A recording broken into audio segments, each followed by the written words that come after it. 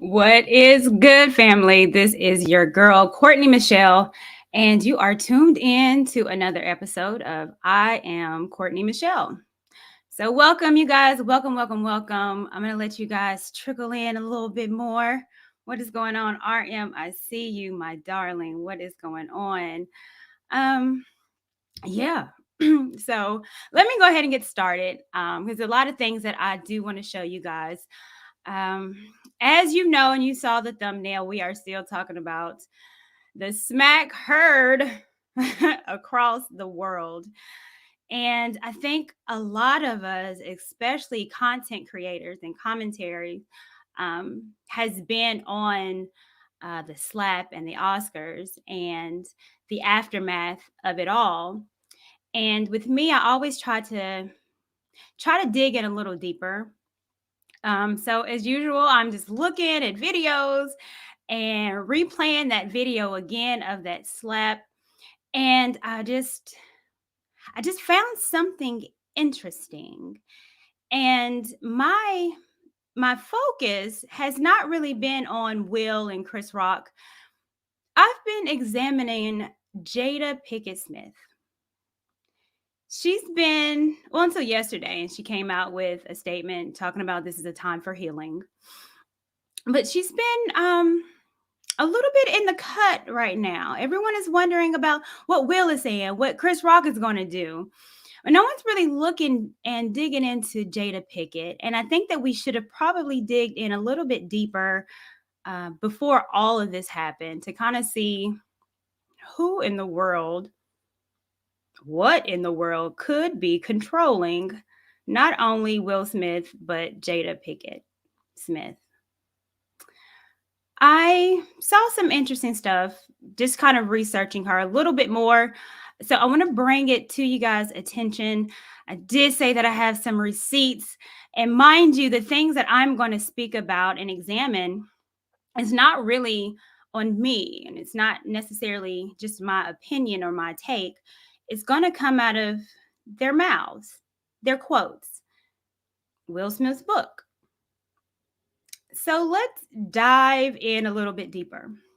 So I did say on my thumbnail that I do think that there is a spiritual realm that we're not looking at. And it's the spirit of the Jezebel. I know that a lot of people talk about the Jezebel spirit and it's controlling women, but what in the world first is Jezebel? Let's take a look. Now, y'all know I like a slide, so we're going to bring it up. Who is Jezebel?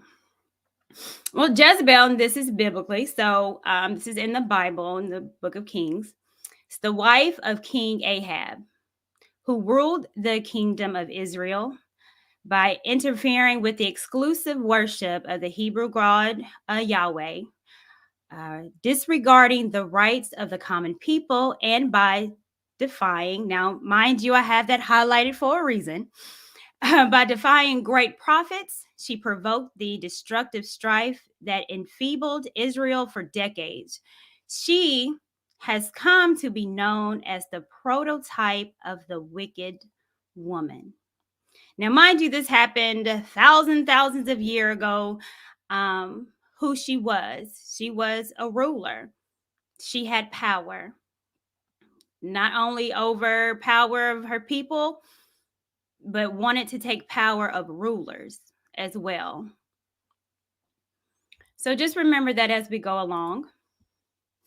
Now, when we talk about the spirit of Jezebel, what in the world is the spirit of Jezebel? Well, let's go through it.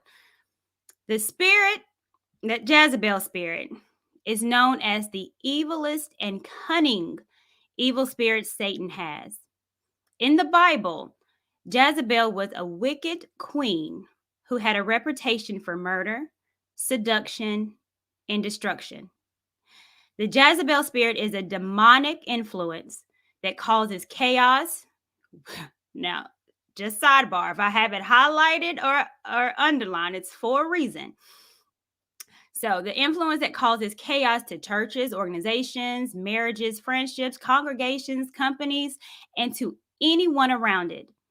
That spirit causes these negative events to happen through deception, manipulation, and seduction. It is said to be the highest form of evil spirit because it doesn't just bring about one negative event or characteristic, but it creates an entirety, complex, and dangerous impact to everything around it. The most terrifying thing about this spirit is that it's not a monster at face value. In fact, the Jezebel spirit is quite charming, charismatic, and attractive. The Jezebel spirit was a woman who exhorted and needed power. And how did she do that? She's a woman. How do you think she's going to do it? By her charm and by her beauty. Interesting. I think a lot of us can relate to that, especially men in relationships. But we'll talk about that a little further. Let's pull this up. Let's figure out first the personality traits of the Jezebel spirit. And these are just a few. A Jezebel wants total control. Again, going back to the Bible, who was Jezebel? A controlling ruler who not only wanted to control the common people, but she wanted to control prophets. And again, she wanted to control leaders. They will not submit to authority. Why?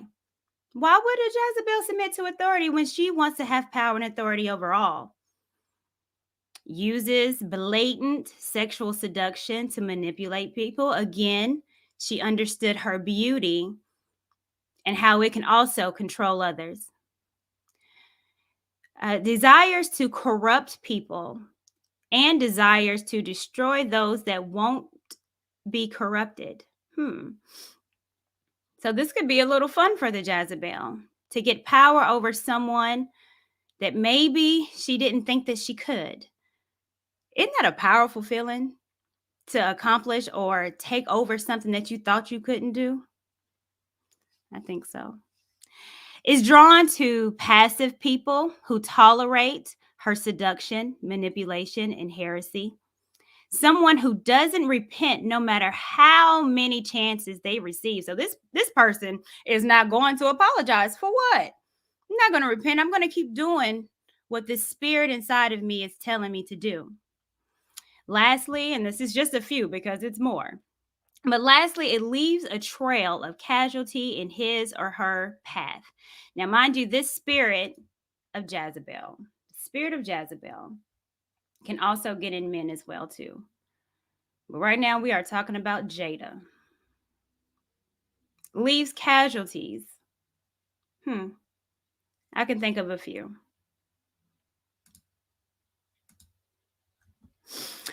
Now, what a lot of people don't know about Miss Jada Pinkett Smith is that back in 2002, she created a rock band. Did you guys know that? I heard about it, but I didn't dive deep into her music because it wasn't my per se genre. But back in 2002, she created a rock band. The rock band, infamously named Wicked Wisdom. She created it. She was the songstress of it and wrote a majority of the lyrics. Now, again, I was not familiar with her music. I knew she was in a rock band. I had no idea what it was about, but I just thought that maybe we can examine some of the lyrics of some of the songs that she wrote.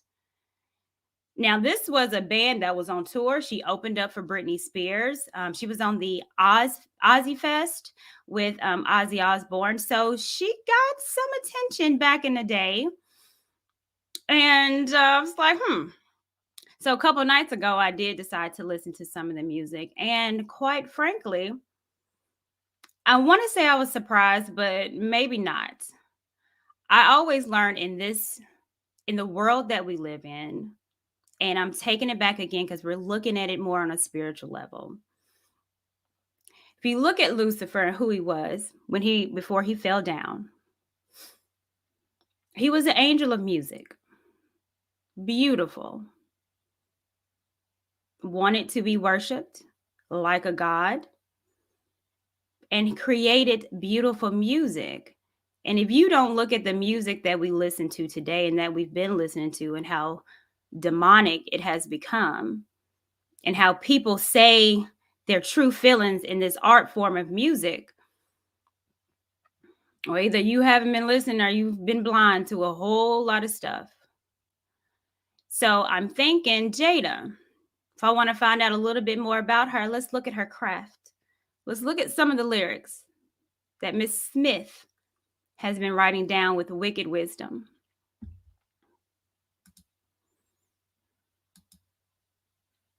This is her band. Of course, those cute little devil horns that some people like to rock. First, let's examine this is the cover of one of her albums, Wicked Wisdom. Now, what I find interesting is, what do we have on the cover of her album? It's a serpent. And again, you guys, we're looking at this more on a spiritual level. The serpent. What does the serpent represent biblically? Well, the serpent can represent death, destruction, evil, and or poison. In Christian tradition, Satan, this can be used for Satan in disguise of a serpent. It can also be used or talked about as far as with breaking God's commandment. And the serpent can represent temptation, the devil, and deceit. You guys remember how we talked about Jezebel and her destruction and how she used seduction?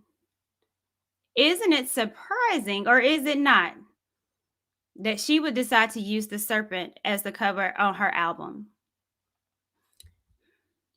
These people be telling on themselves. Another picture that she used for Wicked Wisdom. Again, this is Jada Pinkett Smith, and this is her music. Now, if you can see the tail on there, it is of a serpent, but also the wings. So this was like an interesting. I was like, well, she got two things going on. And then I kept looking at it, and it reminded me of something else that I am sure you guys might have heard of another character. Now, this is really going, if you remember Homer, the Odyssey.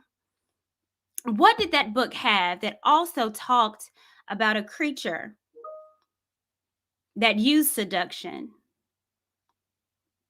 to overcome powerful men? Do you guys know about sirens? These were beautiful winged creatures that when sailors went out to the sea, they heard a beautiful noise. What was that noise?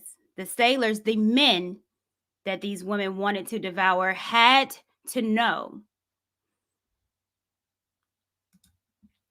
The sirens of Greek mythology are creatures who looked like beautiful women, but were man-eating beasts. They sat on the shore and sang with voices so seductive and compelling that anyone who heard their song became absolutely mesmerized with them. So mesmerized, in fact, that they became obsessed with reaching the shore to get closer to the sound. And then the sirens would eat them. Sirens in mythology is a physical personification of the dangers of falling for a beautiful woman.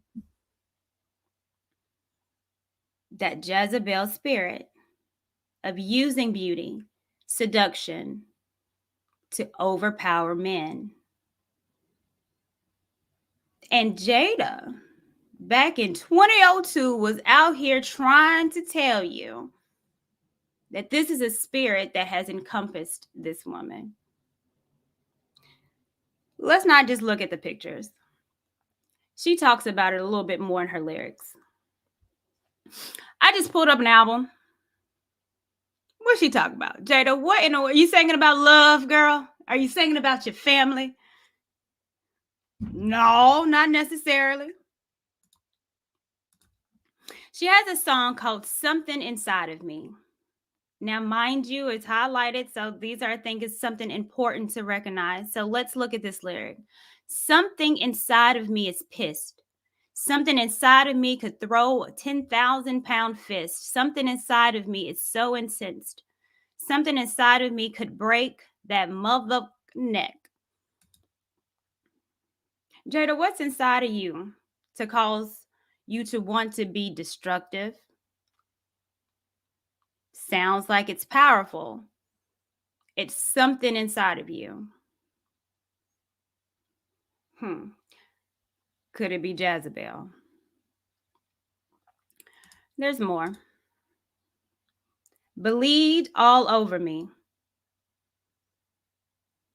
I love your pain and how it makes me feel. I love your pain and how it opens you so wide. And I love the way you bleed all over me. I crave your pain and how it soaks me in if you go down further. And I love the way you feed my hungers, my hunger, my greed. What you talking about, Jada? You love how someone can bleed all over you? It sounds painful. Do you maybe enjoy inflicting pain to satisfy something that you said before that was inside of you? Again, you guys, these people are telling us in broad daylight what's inside of them, what's feeding them. And again, these are words that she wrote, her band, Wicked Wisdom.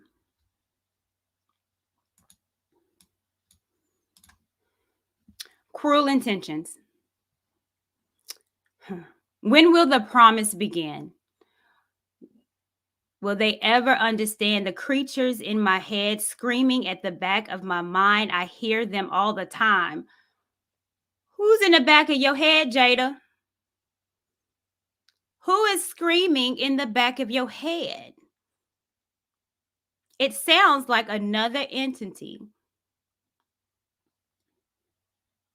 The Jezebel spirit.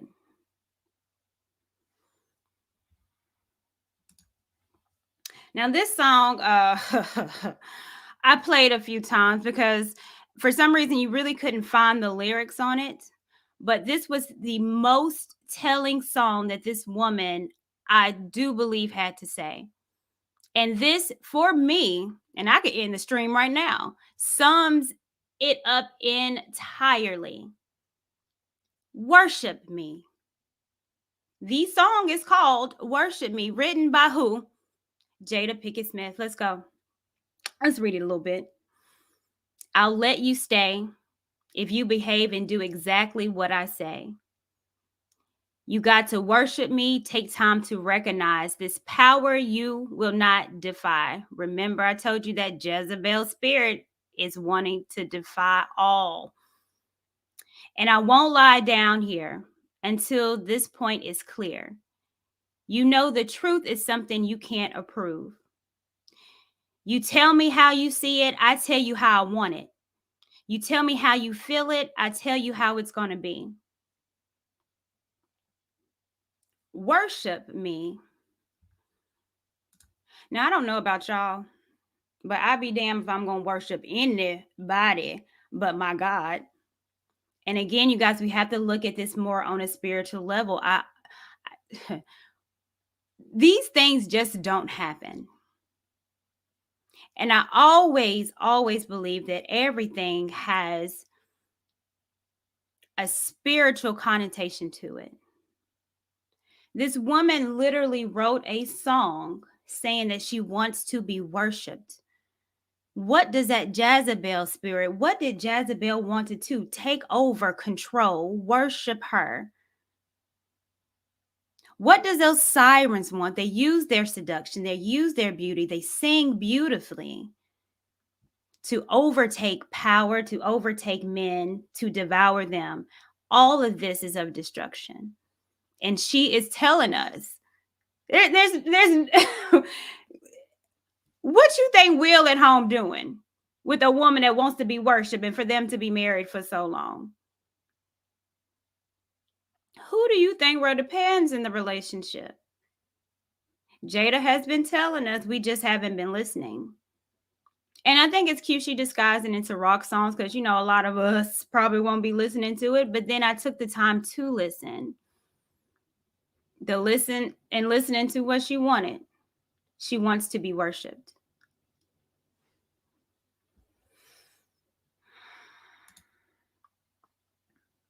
I got to read this again because I promise y'all, it took me by surprise. I'll let you stay if you behave and do exactly what I say. Ain't that powerful? You got to worship me. Take time to recognize this power you will not defy, and I won't lie down here until this point is clear. You know the truth is something you can't approve. You tell me how you see it. Yeah, you tell me how you see it, and I'm going to tell you how I want it because I'm all powerful. You tell me how you feel. Doesn't really matter now, does it? Because I'm going to tell you how it's going to be.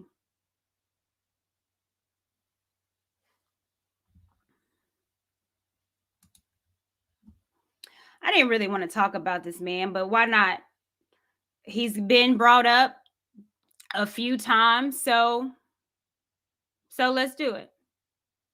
And this is only be a few, but again, it is also telling. This spirit, the Jezebel spirit, likes to attach to attractive people whenever it can, because it knows it can use its person's physical attractiveness to draw into its web. You know what? When they did their red table talk, and I'm going to show a clip a little later, the reason, well, okay, it's interesting that she used entanglement. She didn't say affair. She didn't say cheat. She used the word entanglement. And again, these spirits will tell you we just don't listen too well. So entanglement, I was like, well, why did she use that choice of a word? And she was very, very clever in using it. But what is it, if we're looking at it spiritually, what is the word entanglement? Because it's in the Bible. To hold in, hence to hold captive, as a slave in restraints or under a burden. Now, this is in Galatians where the word of entanglement was. So it wasn't just an affair. She had that boy under her spell, under her web. He was entangled into her. It was more than just a relationship for him. Maybe not for her, being a man eater in the spiritual realm, that Jezebel, those sirens, able to use seduction to capture, to eat, to devour. It's a spiritual realm that we are not paying attention to. She didn't use that word entanglement just for fun. That boy lost his soul damn near messing around with Jada. He did an interview with Angela Yee, and again said a couple things that I thought was interesting. So let's listen to a little bit about what he had to say about his relationship with Jada, because it, like all of us, I know someone has been broke up with. You broke up, I broke up with somebody. But how he described it was more than what we probably can comprehend, because it was an entanglement and he was wrapped all into her, the Jezebel spirit. Let's take a look.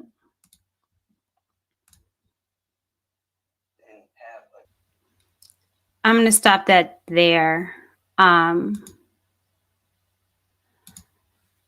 This man lost out on opportunities,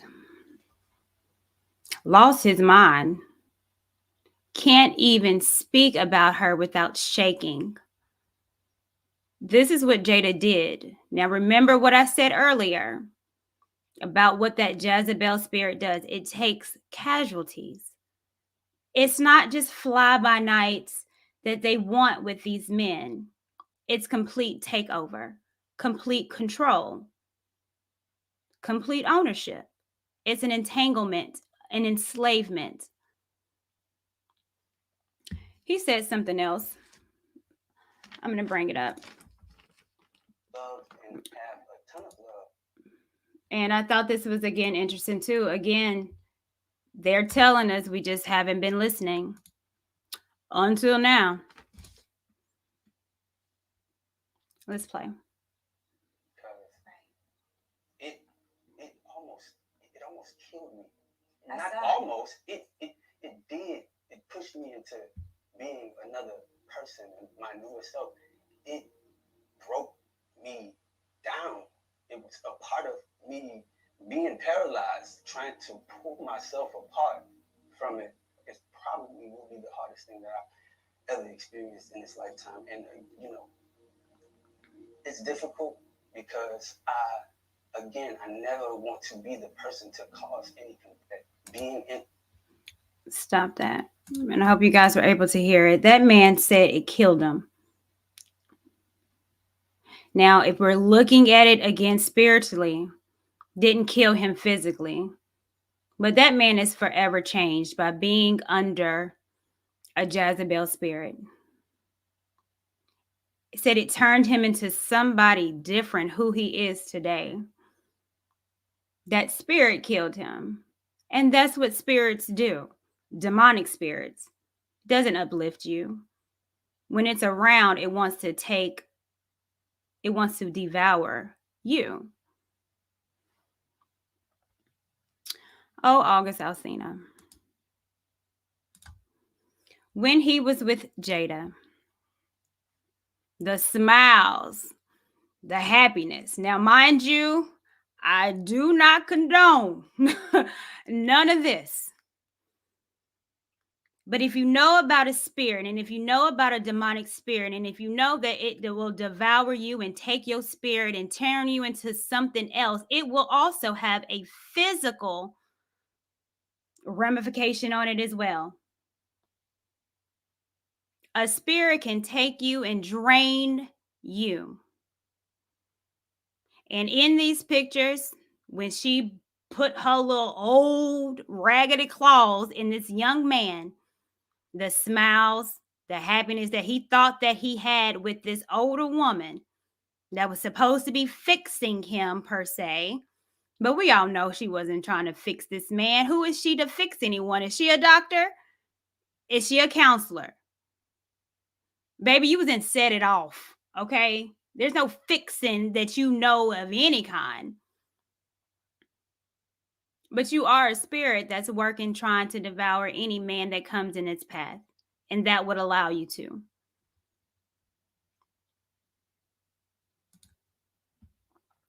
After their engagement, of course, August Alsina had a song of entanglements.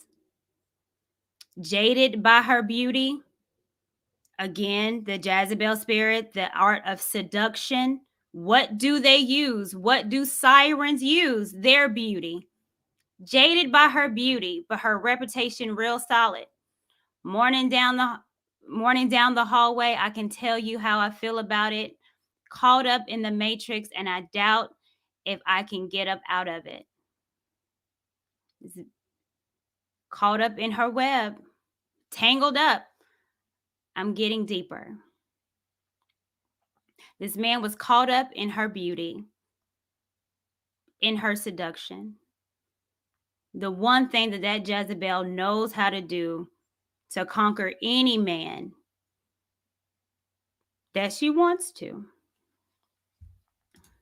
Now look at him. Does he not look the difference of how he was before? Let's go back. A young man, smiling, happy, cheesing, all teeth showing. And then after the fact of getting with Jada, sick, halfway looks demonic if you look at that first picture, but his eyes looks like his spirit is completely gone.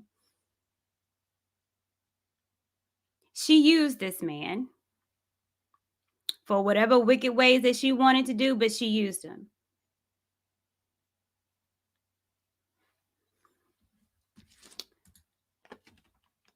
Let me go out of this. Intertwined in that way. With the Red Table Talk, Jezebel spirits are usually selfish, using men in their own way to get what they want. What did she say? You were looking for? I just wanted to feel good. It had been so long since I felt good. And it was really a joy to just help heal somebody. Child, let me stop her now. First of all, again, like I said, Jada, darling, if you listen, baby girl, you wasn't healing anyone. You used that man to feel good. You selfishly used that man that was absolutely entangled, enslaved to you to feel good. And after that feeling is gone, now look at him. You used him. That spirit, that Jezebel spirit, sucked the whole entire life and soul out that little boy. And you did it to feel good. Again, what did her lyrics say? Let's go back and see it. Pull it back to what Jada said. The screaming. I love your pain and how it makes me feel. Go down at the bottom where I highlighted. And I love the way you feed my hungers, my hunger, my greed. August fed into what she wanted. And she loved it, not caring anything about that little boy, because you know she didn't. But he gave her and fed into that spirit of hers, that Jezebel spirit. Now, I don't hear nothing else from Polar August Alcina that she ain't got used up, abused up, sucked the living soul out that little boy. Now, where is he at? He tried to come out with something about this whole slap heard across the world and couldn't even understand the little child. Lord, he was saying all kind of word salads, and I'm reading with a headache. I wanted to bring it up, but I couldn't explain it. He's all kinds of messed up still years later. But that's what the spirit of Jezebel wants and does. It's a man eater.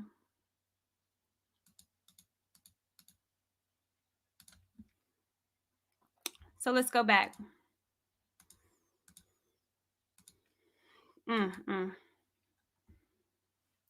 What's going on, Will Smith? Let's talk about you for a little bit. In a marriage, if the woman is the one with the spirit, again, it can go in a woman and a man, but usually we see it in women. She would try and seize her husband's authority as the head of the household and would try to totally replace him as the spiritual head of the household. So again, this Jezebel spirit, you can even look, I know you guys seen this, the picture of who is in control, who is now replacing the man as the head of the household, the spiritual head of the household. This Jezebel spirit is strong. And each day it's getting fed and fed and fed. And it always shows this little ugly, controlling, vindictive head.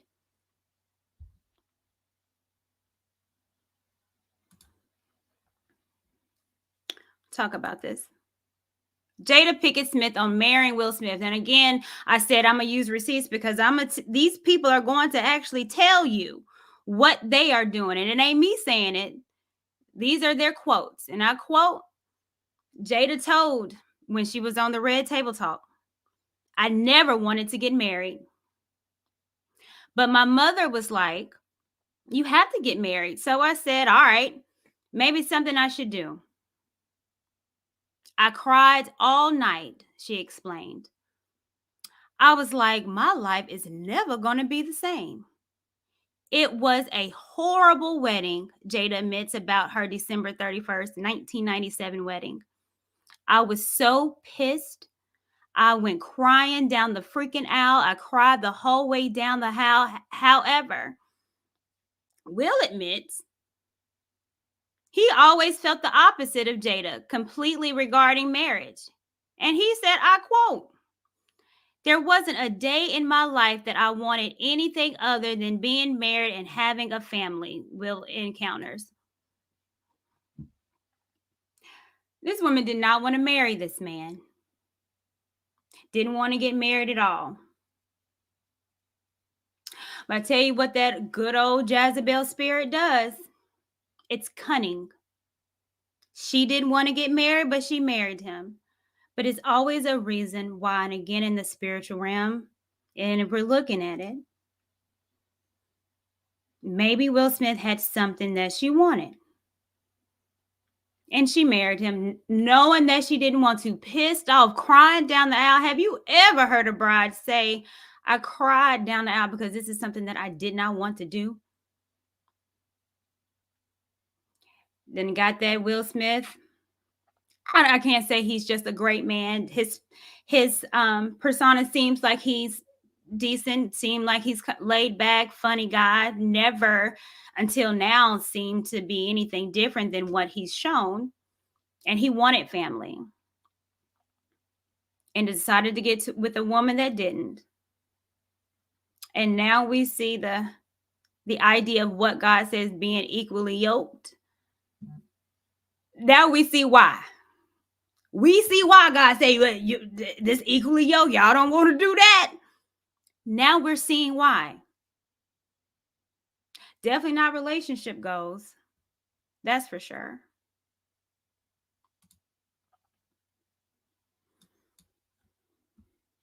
Jada, well, let me read this first before I go. Well, let me go back. Jada did not want to take on Will Smith's last name. For what? She's in control. That Jezebel spirit does not want to have anybody have authority over her. This Jezebel spirit, why would I want to take on my husband's name? That's an authoritative role that my husband would have. She said on a blog on Facebook, the dilemma you face whether to change your last name to your husband is a timely one. I've always believed that an empowered woman is one that can stand on her own 2 feet and has the strength to trust her personal code of womanhood, and not necessarily the code that a collective creates as the standard to which an independent woman must adhere to actually be identified as independent. She told Will she didn't want to marry him. She did it anyway. For a reason. Didn't even want to take on that man's last name. She eventually decided to add Smith to her original moniker, Jada Pinkett. So reluctantly, she took on his last name. Didn't drop that Pickett, though, now did she?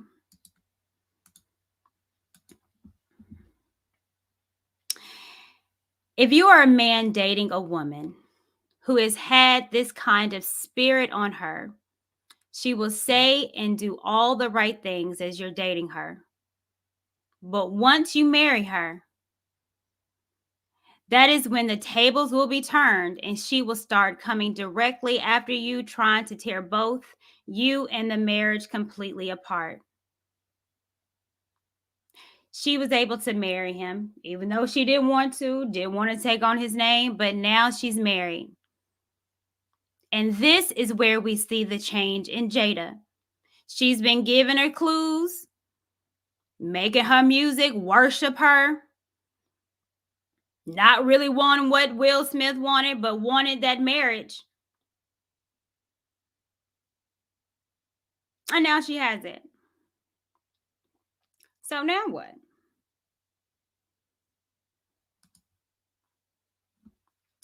There's an excerpt in his book where he talked about one of the turning points in Jada. And this was at her 40th birthday party. And again, this is in his autobiography. Will started planning Jada's 40th birthday party the night of her 37th. He spent 3 years planning an elaborate wedding. This man, I got him. 3 years. Her husband, Will Smith, any woman. I digress. Sorry. Really back in, Courtney. Because any woman. He spent 3 years planning her 40th birthday party. Hell, my ex, I had to make sure he remembered really then, Courtney. Okay. 3 years this man wanted to plan an elaborate birthday. Let's see what he did. He said it would be a surprise 3-day birthday weekend. I shut down an entire hotel in the city, invited dozens of our closest friends and family. We'd had gourmet dinners each night under the stars, followed by a surprise event. Friday night would be a private art show. Saturday morning would be a spiritual pilgrimage. I got Jada's favorite painters to come and do custom paintings and family classes. Mary J. Blige loved Jada and agreed to give a surprise performance on Saturday. Come on, Mary J. What a birthday. What a birthday. Will unveiled he had a 20-yard flowered archway decked out with photos of Jada. This led to an outdoor theater where Will had planned a show. He put together videos of Jada's recently deceased grandmother. He also interviewed descendants of her family that showed Pickett's family during slavery. This man had a 3-day weekend planned. He made a video slideshow. Let me come back up here because, a 3-day weekend plan, a slideshow of all of her family. He was able to research and give her historic facts of her family that was dated since slavery. Another thing that I know that he did as well, too, is that he found recordings of her grandmother that has just recently passed in and played it for her because her grandmother couldn't be there. She passed, but pulled up recordings for her.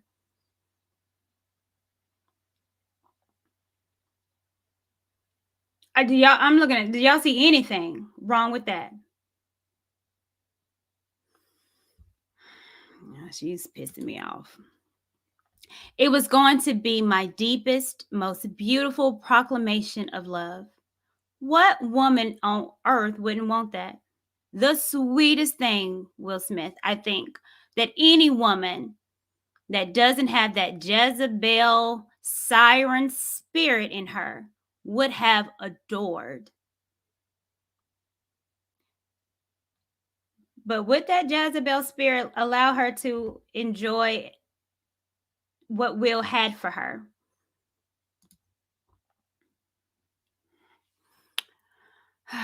Let me go back.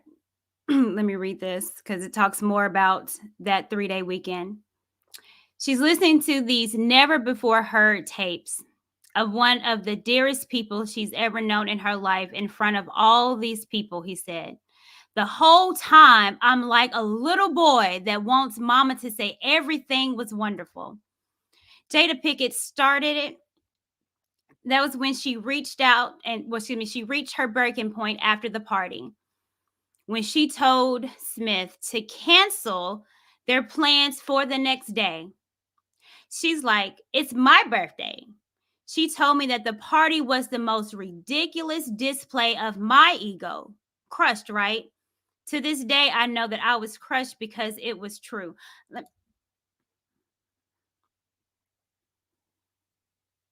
She canceled the 3-day weekend that he had planned for her for 3 years.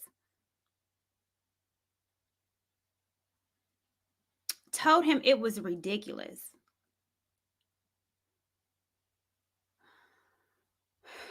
Jezebel spirit. Pickett Smith stated, this was a display. That moment of me howling having the courage, to just say no. But now I had to have the courage to unravel it and just realizing this, and this is her quote, this next 40, meaning the next 40 years, I got to do it my way, she said. This next half has to be directed by my picture, myself. There was so much that wasn't me that I was living, Pickett Smith said. So much inauthenticity. This is the change of Jada Pickett Smith.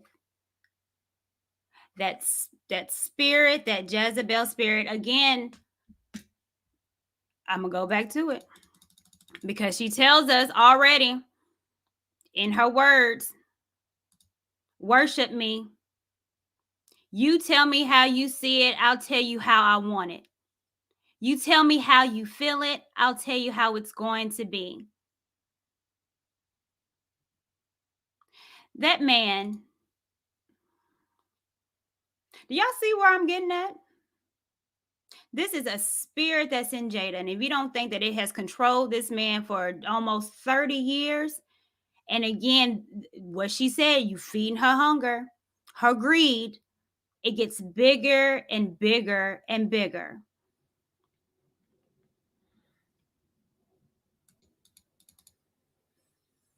Oh, Will Smith.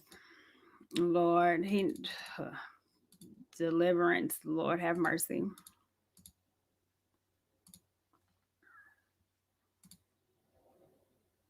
Let's go back.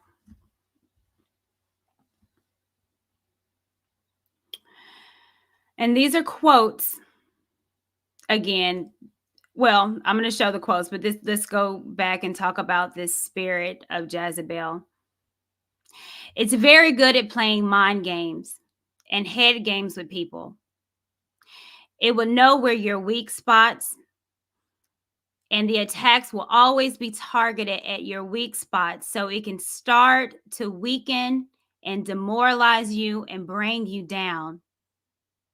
It will come after your levels of self-confidence and self-esteem. It will come after your specific personality traits, both good and bad, to see if they can convince you that you're nobody without them.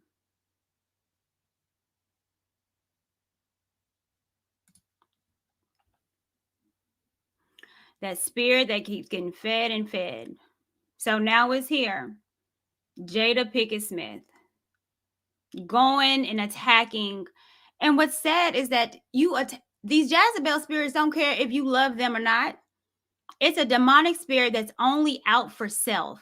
You can't love somebody else if you're selfish and only care about you and your needs and your wants, because that's not love. Love is sacrifice, and there's no way in hell a demonic spirit understands or would ever sacrifice anything or know anything about love. And this is how I know it's a spirit running up all through this little lady. She's leaving casualties as it feeds her ego. And as she sits and watches the people that love her get hurt, embarrassed, and she just stands and sits as if she's proud of the destruction that she is seeing all around her.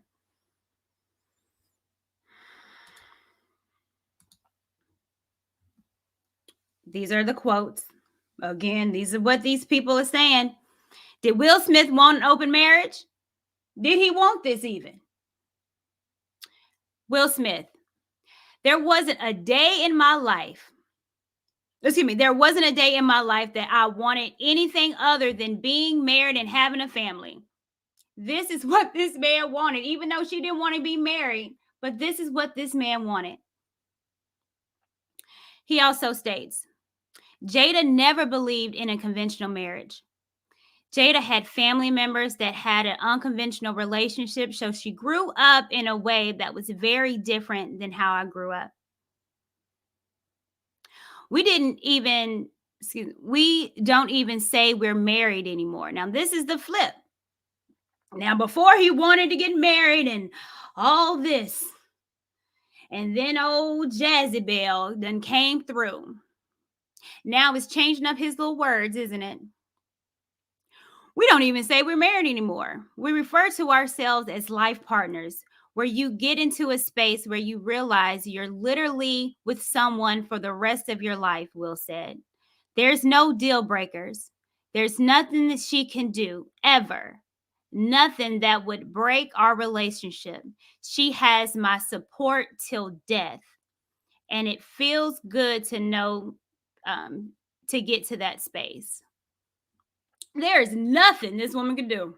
Nothing. Have sex with August Alsina. We heard about her and Mark Anthony back in the day. Just thotting it up. And there's nothing that this woman can do to Will Smith. What kind of relationship? But again, the word that she used was entanglement. A stronghold, enslavement. Will Smith is also entangled into this Jezebel spirit that lives in Jada Pinkett Smith.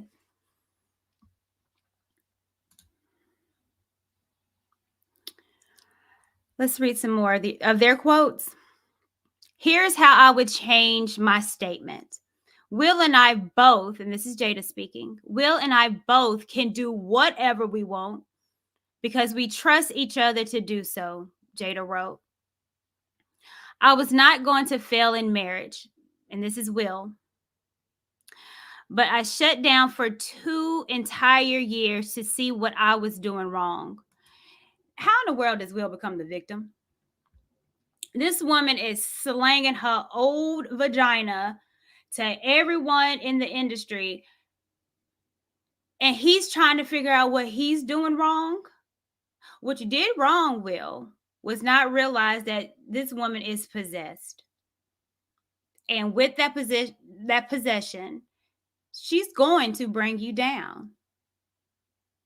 And that's her ultimate goal. That's the Jezebel's ultimate goal. Power. And to devour men to obtain it.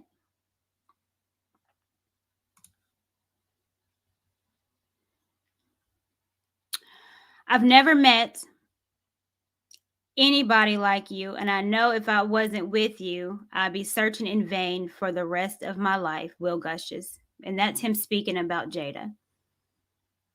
I'm here to tell you, Will, you probably never met anyone like her. But what she's working with and what she has is not her. It's a demonic spirit. And I pray that you run. Fast, quick, and in a hurry. Run. Will, if you're watching this, don't moonwalk. Don't bunny hop.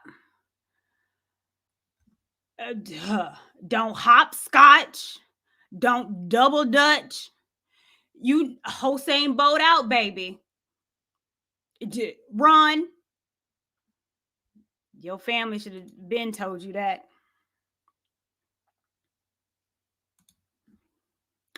Will Smith's jealous of Jada's real love. And these are his quotes. In the beginning of our relationship, my logo's in the way. Tortured by our connection, Will writes. He was Pac, and I was me. Though they were never intimate, their love for each other is legendary. Now, I find it interesting that he said is legendary. It wasn't a was. Back in the day, it wasn't. It is. That love that she has for Tupac is still there. Is, and he knows it. Tupac was like Harry, he writes. He triggered the perception of myself as a coward. I hated that I wasn't what he was in the world, and I suffered a raging jealousy. I wanted Jada to look at me like that. I was so jealous of Pop that it kept me from ever even speaking to him. He captioned an Instagram post in an interview.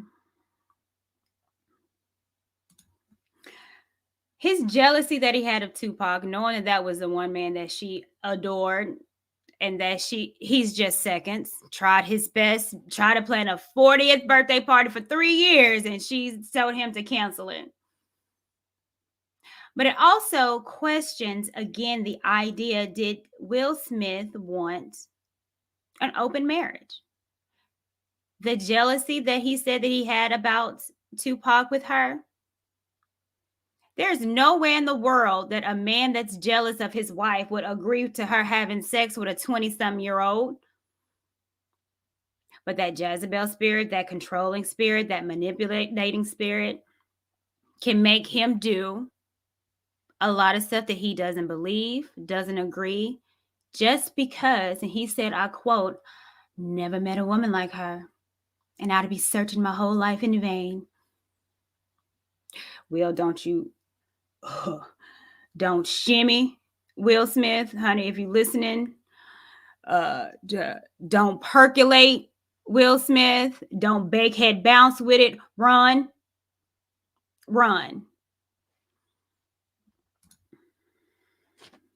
Jada's real love is Tupac. People are now pulling this up, which again, I think is interesting as well too. It is a letter. It is a letter to Tupac from Willow, his daughter, blood Willow Smith. I with my hair back and forth. Willow wrote a letter to a deceased man that has been long gone since '96. I don't know how old. I'm pretty sure she wasn't even living when he passed away. And you mean to tell me? Yeah, God ain't in this. That's all I know. Let's read the letter. Dear Tupac, I know you are alive someplace.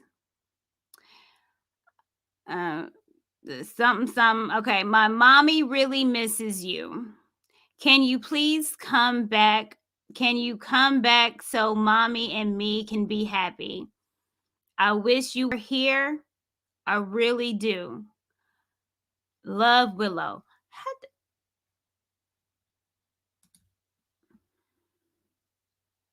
Somebody got to make it make sense to me. She wrote, she wants her mother to be with Will Smith, not her father.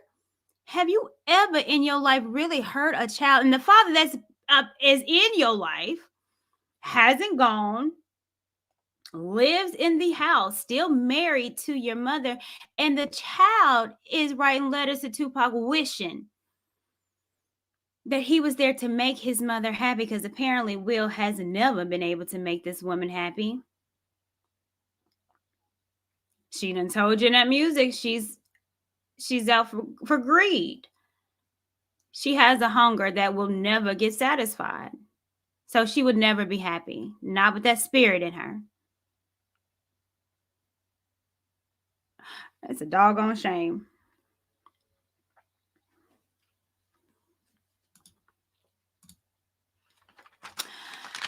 Jezebel's spirit is a master of setting. My little logo gotta go. Rex with orchestrating them. It occurs with individual people, ministry, churches, and companies. All right. The Jezebel spirit will try to infect and contaminate the person it is in, so they will operate with these same kinds of evil traits. This kind of spirit can get very smart and intelligent people to do its evil bidding so easily. This spirit will play people like fiddles, like a puppet on a string, with the puppet master being the Jezebel spirit itself. This spirit is not playing with y'all. It's here of destruction and will use anyone in its path to get to her ultimate goal, which is power.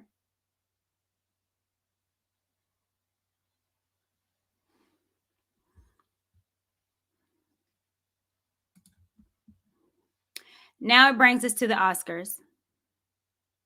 This picture is telling. While Will is there acting a fool, screaming his little heart out, cussing up a storm, probably possessed, look how she sits. Straight up, her posture. This picture is telling you guys. Proud. Now, let me tell you, because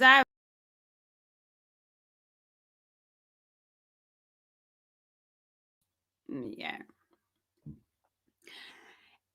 Now, any woman that has been in a situation where they see their man acting a fool. Okay, I don't think necessarily now the time and place was ridiculous. Of course, he shouldn't have been scream. It's the Oscars, sir. Have some decorum and class about yourself. Harry Belafonte would never. But still, let's just say they was out on the street, on the block. Some man say something about him, he act a fool. The regular woman would put her hand on her man and be like, chill, calm down, not now. This ain't the place. This ain't the time. Baby, chill. Baby, I know. Baby, calm down. Baby, baby, baby. That hand that we put on our man, baby. Okay, you acting like you're on the south side. We on the upper east side. But not old Jada, baby. She is proud. Standing at attention as if she's a queen on the throne. That Jezebel queen. That Jezebel spirit of power. Of being able to manipulate her man to act a plumb daggum fool for the whole world to see. And she's proud. Standing at attention like she's getting an award. Baby, this ain't about you. But then all of a sudden it did become about her because she controlled that man. This picture is the most telling picture. The smirk on her face. She didn't even look at him because it was like she had this man trained. Like a pit bull. Sick him. Hands folded in her lap, in her couture.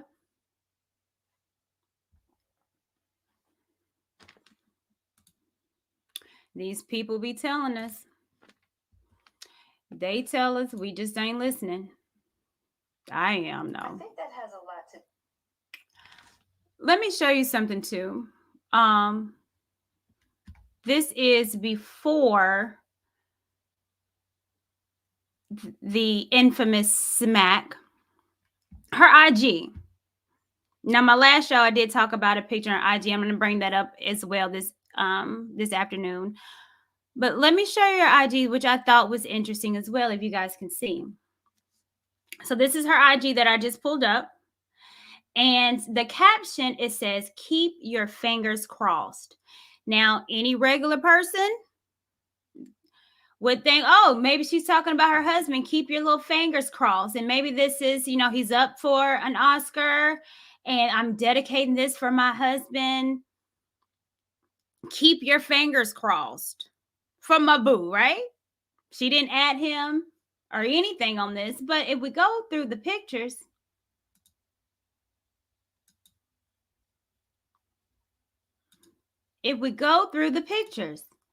what are we keeping our fingers crossed, Jada? Where is your husband? This night is about your husband, ma'am. It's not about you or your ankles. It's not about you, Jada. Where is your husband? Fingers crossed for what? You not winning anything, baby.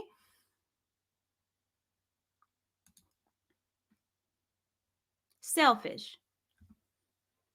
Keep your fingers crossed. It's all about her. This was her night. This wasn't Will Smith's night. Nothing to do with Will Smith. You would think, oh, wife. My cousin. If my cousin was up for an Oscar, I'm all baby, my cousin. Selfishness. The Jezebel spirit. wants attention, wants to be elevated higher than her husband, than any man. Her Instagram tells you it's not about Will, and it's never been about Will. Jada is able to use her husband to get to the next level and whatever level that she wants. Will Smith. So let's go back to the Oscar night. So after that whole debacle, you would think that they would go home, figure it out, baby, you wild out. We about to be on the news for a whole week. Everybody like Courtney Michelle's going to be talking about us. Baby, get it together. But what did they do afterwards? Kicking it. Having the good old-fashioned time. What in the weird, demonic spirit of Jezebel and a siren is wrong? And it's her. She's proud of what she did. The control, the manipulation of this Willard Smith. And then afterwards, they partying, celebrating. He like nothing ever happened. Like he didn't just smack the dog crap out of Chris Rock on a platform in front of millions. And they just having a good old time. After he done cried like a little baby on a platform seen across the world, tears and the apologies. I don't believe the apology, quite frankly. I don't believe it. Not after this. I have never gotten an altercation with someone, then afterwards I'm just kicking it like nothing ever happened in front of millions.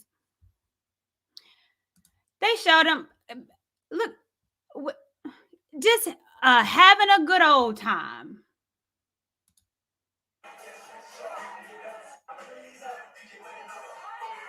Something going on. Now he rapping Big Willie, was getting jiggy with it.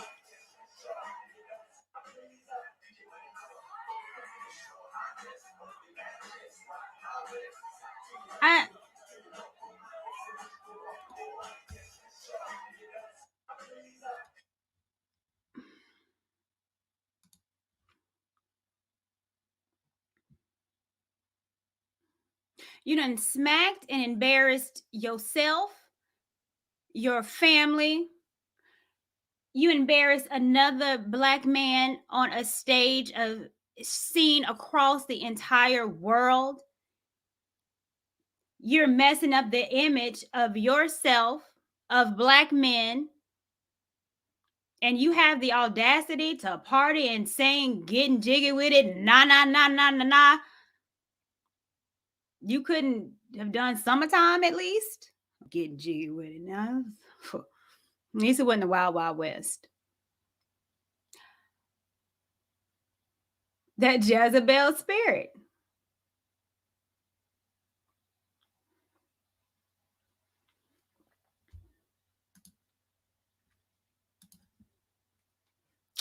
This spirit will try to suck the life out of you and tear you down every which way it can, so you can no longer function in your calling.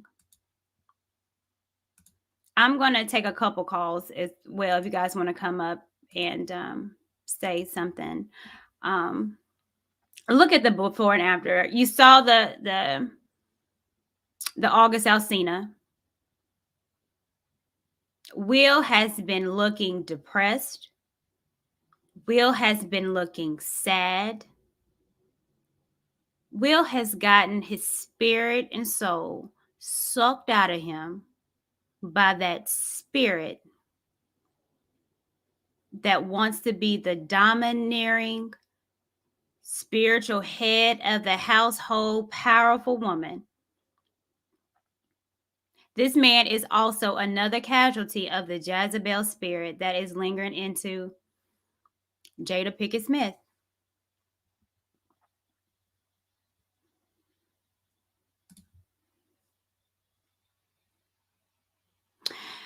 there's a story that I have, an interesting story.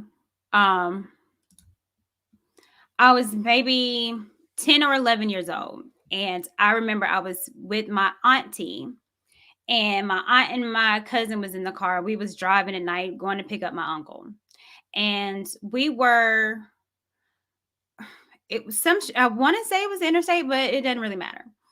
And I remember there was a big old truck that was on the side of the road, and we literally saw two white men fighting on the side of the street. And my aunt was beeping the horn, and my aunt was rolled down the window, "Get off that man! Get off that man!" And the man and if I'm lying, I'm flying. That man was choking the other guy. The man looked up at us, and when I tell you, I saw a demon. It's another reason why I'm a Christian, because I believe in demonic spirits and forces, and I do believe that people do get possessed. I saw a demon in that face. That it was like his eyebrows were up higher than normal, and his eyes were red, bloodshot red, like red. And it had the most calming face. Again, this man was choking this man, but just remember looking up and the evil that I saw in this man's eye, and then did a smirk. And I know my auntie saw it, because my aunt just, we skirted out, baby. And my aunt was like, "Y'all didn't see that. Y'all didn't see that." And me and my cousin in the back over there crying like, "No, we saw that, John. We saw that." And I would never forget the face of a demon, or in the demon that was in this man. I don't know what happened on the side of the road. We skirted on out there real quick, but I remember seeing the face, and I've seen the face of someone possessed before. And I'm seeing it now. This woman is possessed with a Jezebel spirit. And the only way to get this spirit out is calling on God and the Holy Ghost. And I don't know where Will is spiritually, but I know that this woman is not done in her destruction. This is the face that I remember seeing as a 10-year-old on the side of the road of a spirit, a demonic spirit. And it's in her. She has casualties such as August Alsina. And now she's taken down her husband. And ain't no, God, we can talk about them children all day, but this is not the show for that. Maybe tomorrow. But this is the face of the Jezebel spirit.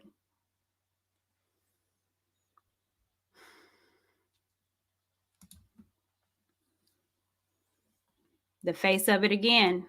I showed this on my last show, but again, the caption was telling, because again, before the show, she told you what was going to happen. These people tell us, these spirits tell us what's about to happen. Before the show, they told you they are getting dressed to choose chaos.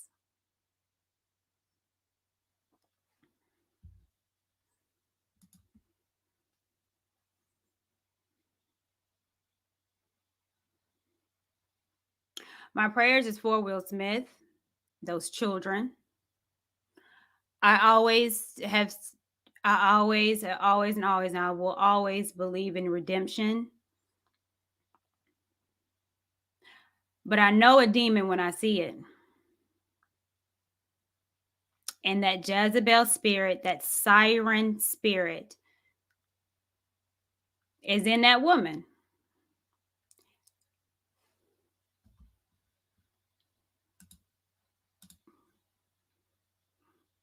Malevolent, thank you very much for the cash app. I want to get to your cash app. I haven't really been focused, y'all. I was on a tangent. So I appreciate it. I appreciate you. Thank you so much. I really, really do. But I want to go back Just in case you forgot. That Jezebel spirit.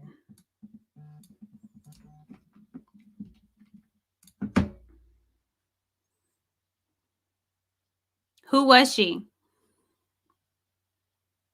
She ruled the kingdom of Israel by interfering with the exclusive worship of Hebrew God Yahweh, disregarding the rights of common people, and by defying great prophets, she provoked the destruction strife that enfeebled Israel for decades. She has come to be known as the prototype of the wicked woman.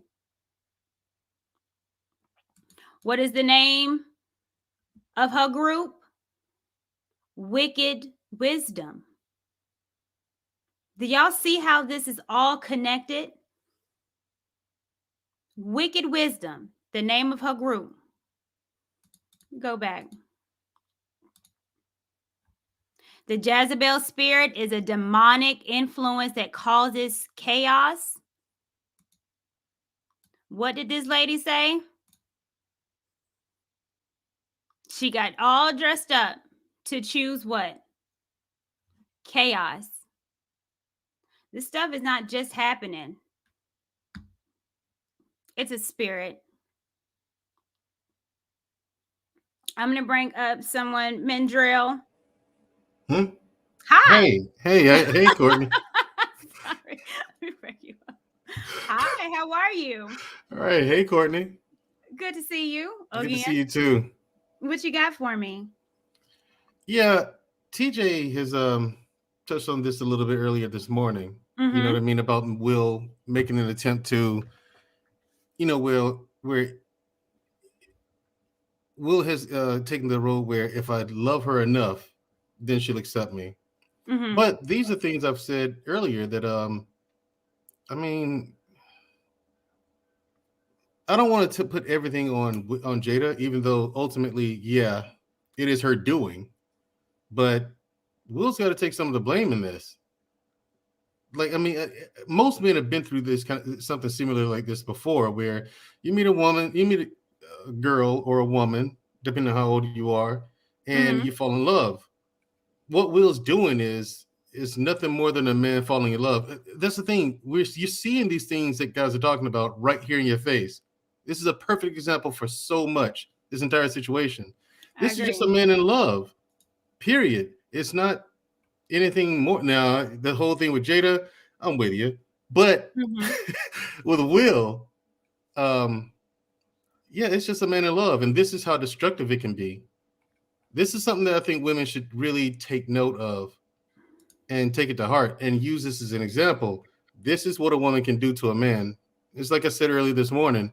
A man can break a woman's heart, but a woman can take down an empire. I think, and I agree with you. I see something deeper. So I do see a man in love, but it's a little bit more than love. This man has stated that this woman can do nothing. There's nothing this woman could do that will make him leave. There's a lot of stuff that happens, I think, with us spiritually. I do believe in demonic possession. I do believe that there is a Jezebel spirit. I do believe that it is encompassed in Jada Pinkett Smith. Yeah, but demons of possession can't happen without permission. Like demons can't do it because they feel like it. You have to. You're absolutely right. Allow them to. Like you have to give express permission. You have to submit to them taking over your free will, because once they possess you, you lose the free will. But your free will is to accept them and give your free will over to them. Well, yeah, and I'm not disagreeing, but it's not anything that you have to call on the spirit to do. These people have been known to study Scientology, which is demonic, which they worship a man, Robert L. Hubbard, excuse me. They worship a man. This woman wears hijab sometimes. Like, they're not spiritually sound. This is the perfect recipe for demonic possession for these folks. The perfect recipe. They're not solid. They have no solid foundation of anything spiritual. So they're willy-nilly letting themselves open up to anything. Well, Will used to. Well, So from your with perspective, his grandmother, I believe. right? From your perspective, because I only see it from a male perspective. I've seen it. I've seen other guys get in similar situations, and I had a girlfriend once where I was lovesick over her too, and but I had the I eventually got the sense to leave. You know what I mean? Yeah. But Shut up, O'Shea, dude. That's yeah. oh my God. The sandals The are on. sandals. Okay. They Yeah. are definitely on. Okay. He's such a hater.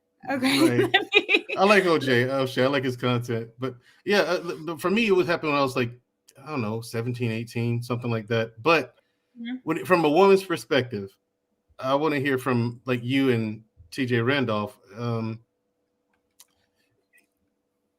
And I want to hear your perspective on this, how this happens from a woman's perspective. I understand from a guy's perspective, you fell in love and you lowered your guard and you love her so much that you only want to make her happy. That's all you want to do.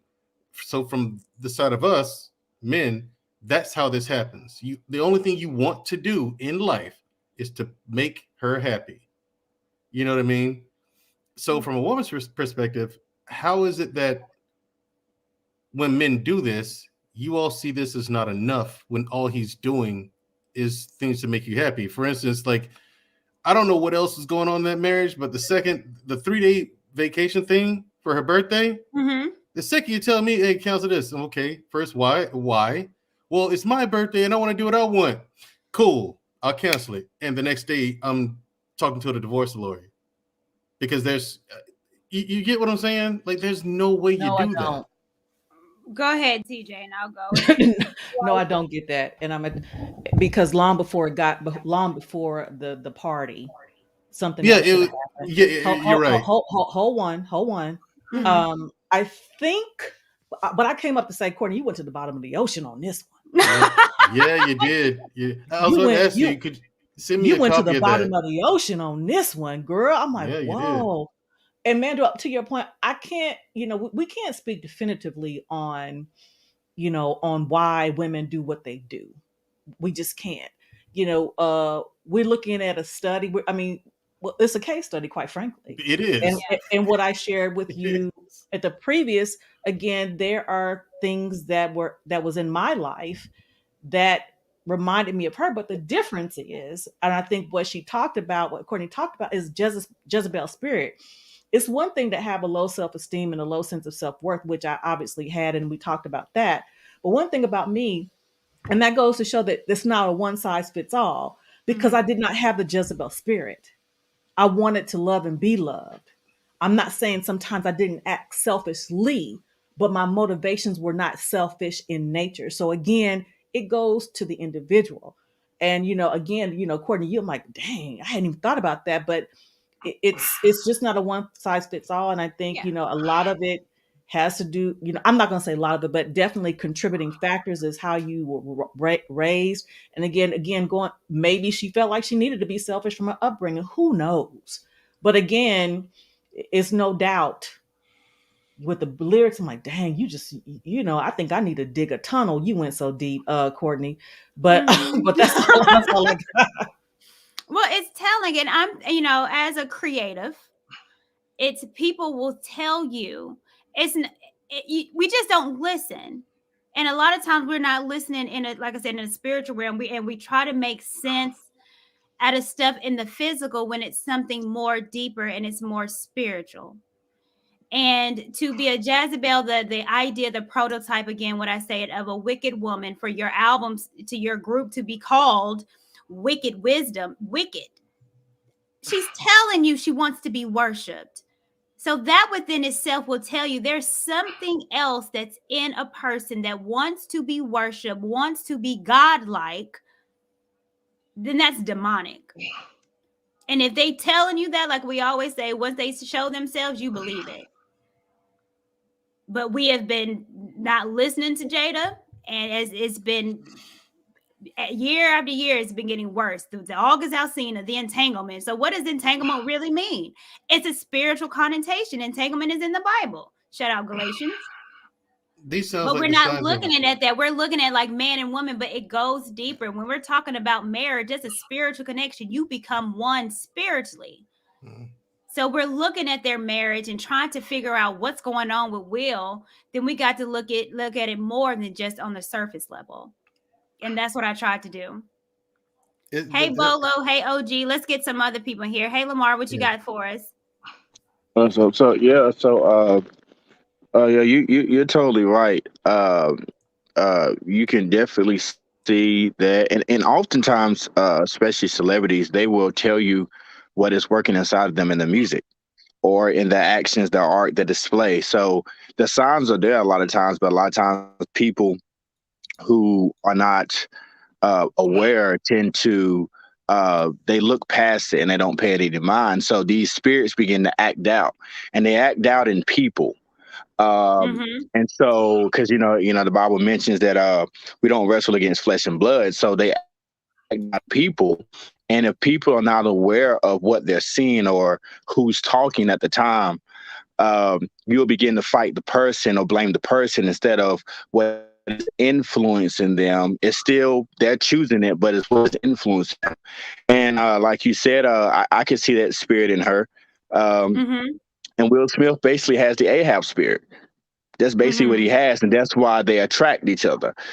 Because he was, Ahab was known for his lust, and he allowed Jezebel to rule over his kingdom. He allowed Jezebel to rule, and she became a principality, and her spirit lives on to this day. So Absolutely. I can definitely see the contrast between the two. And then another thing too is that he sacrificed what he believed. He didn't believe in open marriage. He wanted to be married, and she was the very opposite of that. And Mm-hmm. so, because of his uh, probably certain traumas in his life, whatnot, he still decided to go down that path and still basically try to change, hoping she would change. And we know it doesn't work. A person that doesn't want to change is not going to change. So I can definitely see the contrast there.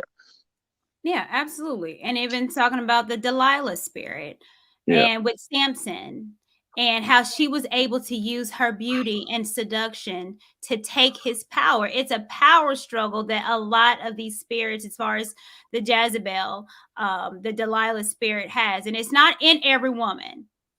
Just Yeah. because a woman talk bad to you don't mean, oh, you're a Jezebel. It don't mean that. She Yeah. just she just did you just did something that she didn't like. So it's not in every Wow. woman. Every woman is not a Jezebel.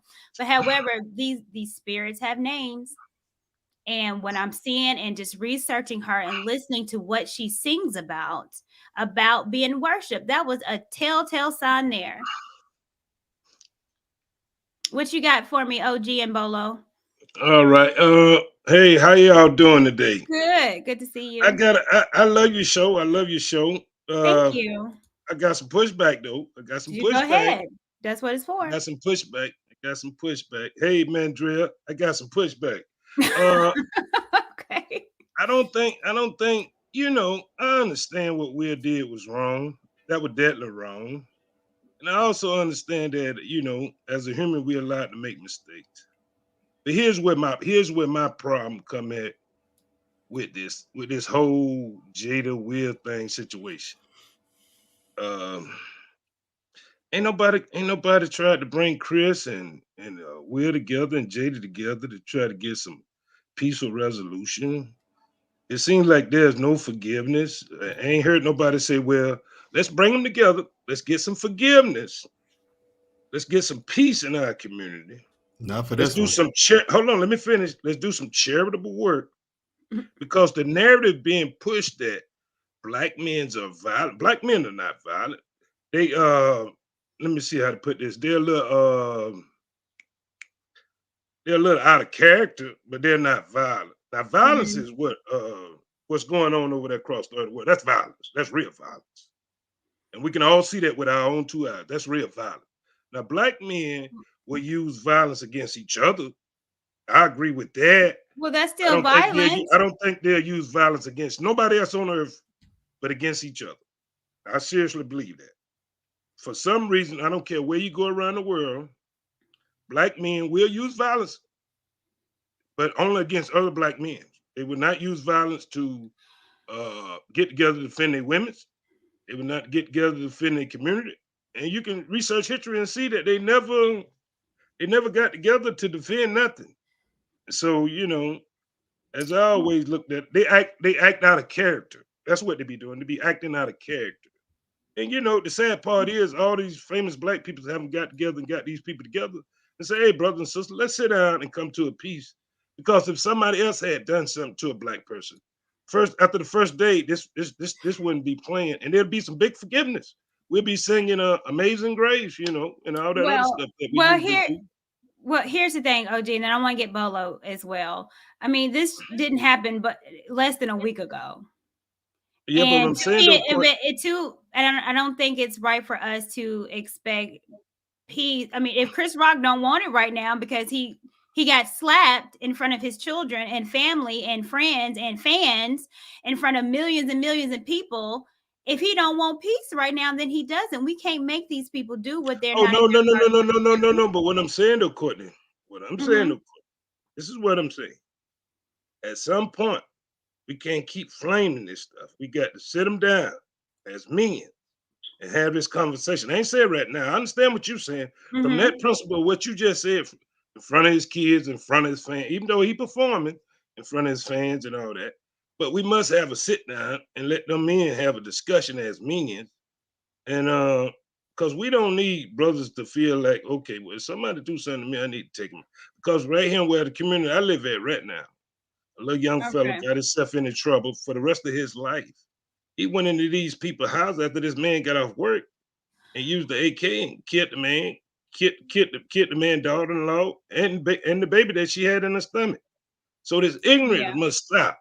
And I see black men use violence only against black men. I don't see them using that violence against no one else. Thank you, OG. Let me get Bolo. What you got for us? Hey, good afternoon. Hi, Bolo. What's going on, everyone? Good. What's going on, Bolo? What's going on, Mr. Mandrell? What's going on, OG and Lamar? What's going on? Say on What's this up, is, bro? to be carnally minded is to, play around with death, right? What we don't understand is that everything on this earth is spiritual. From riding a bike to a dog barking on you to a bird pooping on you, not pooping on the next person. Everything is spiritual. That's why the scriptures tell you that we wrestle not against flesh and blood, but against spiritual wickedness in high places. So, a lot of the times we as consumers of this information, because this is the information age, so this is the way Satan gets into everyone's home through music, through media. And we have to understand that we don't have to literally invite Satan or a demonic force into you. By the things that you do, you invite a demonic force. Sickness is a spirit. Right? You read the scriptures. So we understand that when you chant these songs, you don't understand what the words are, and there is wit language. And a lot of us don't really go into that.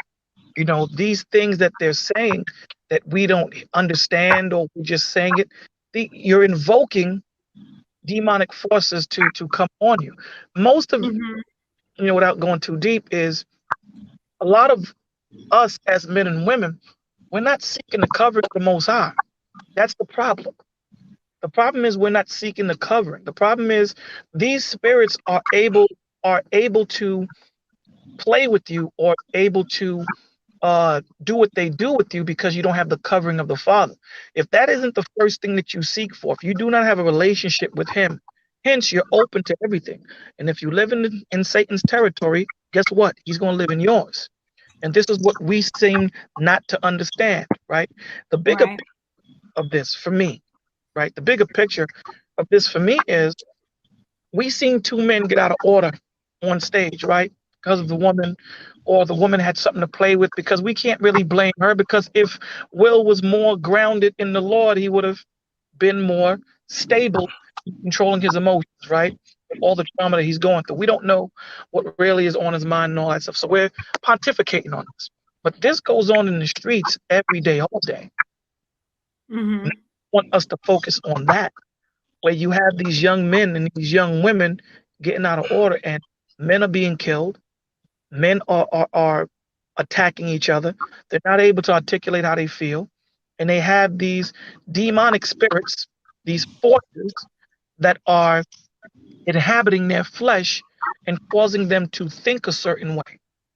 So we need to start pointing these things out and call them from what they are. You know, Right. it's gonna sound a little weird when you're saying, you know, you got a demon on you. A few people have heard me say that some guys have simple demons on them. You know, Mm-hmm. things do exist. We're not wrestling with flesh. And we got to stop looking at things with these carnal eyes and start putting on our spiritual caps and start seeing things for what they are. And it's a spiritual battle that we're under, right? Yeah. So I really agree with you on that. I agree. Thank you, Bolo. And I'm going to drop a couple people down and bring some other people up. So, OG Frost, I'm going to bring you down, okay? But you're more than welcome to call back in. All right. Thank you. All right. If you draw me, Courtney, you can. If you need some of them. Who was that? Y'all got to be camming up sometime. Who is that talking? Is that you, Lamar? Oh, okay. I was trying. Who's that talking? And Lamar, you be camming up. Bye. Removing you. What's going on? Better You Life Coaching. And Derek, my guy. Long time no see, Derek. Hey, what's going on, everybody? How y'all doing? Good. What do you guys got for us? I just want to say, I'm not going to be too long either up here. I know you got other guests to get to, but you're very on point. My thing is, I'm really, and I want to say this with the realization and just being honest and open. I'm a military veteran. I suffer from PTSD. Mm-hmm. All right, so I understand depression and things like this are very, very much a real thing and very serious. And I look at Will. I'm very, very worried and concerned because he's becoming unhinged. Mm-hmm. A lot of the problem is he wants to lash out at her, but he can and he doesn't. So he can't choke her out or punch her out. So he'll act out and take it out on somebody else, projecting that energy, which is, as men, if there's a problem with your woman, you correct it tactfully. You set boundaries early in the relationship. He was so worried and pressed to compete and gain her love and admiration and competition with Tupac. It's a no-win situation. If that love's there, you can't grow it. It has to be there from the start and organically. And what we're seeing now, some of the photos and things like you talked about and shared, you can see a person who is broken. And it's a matter of time. I'm very worried and concerned that somebody's going to get hurt or he hurts. He's already, and I haven't read his book, but he stated he's been suicidal before. Like, this is very serious what's happening. That's true. And another thing I can attest, we've all been in relationships.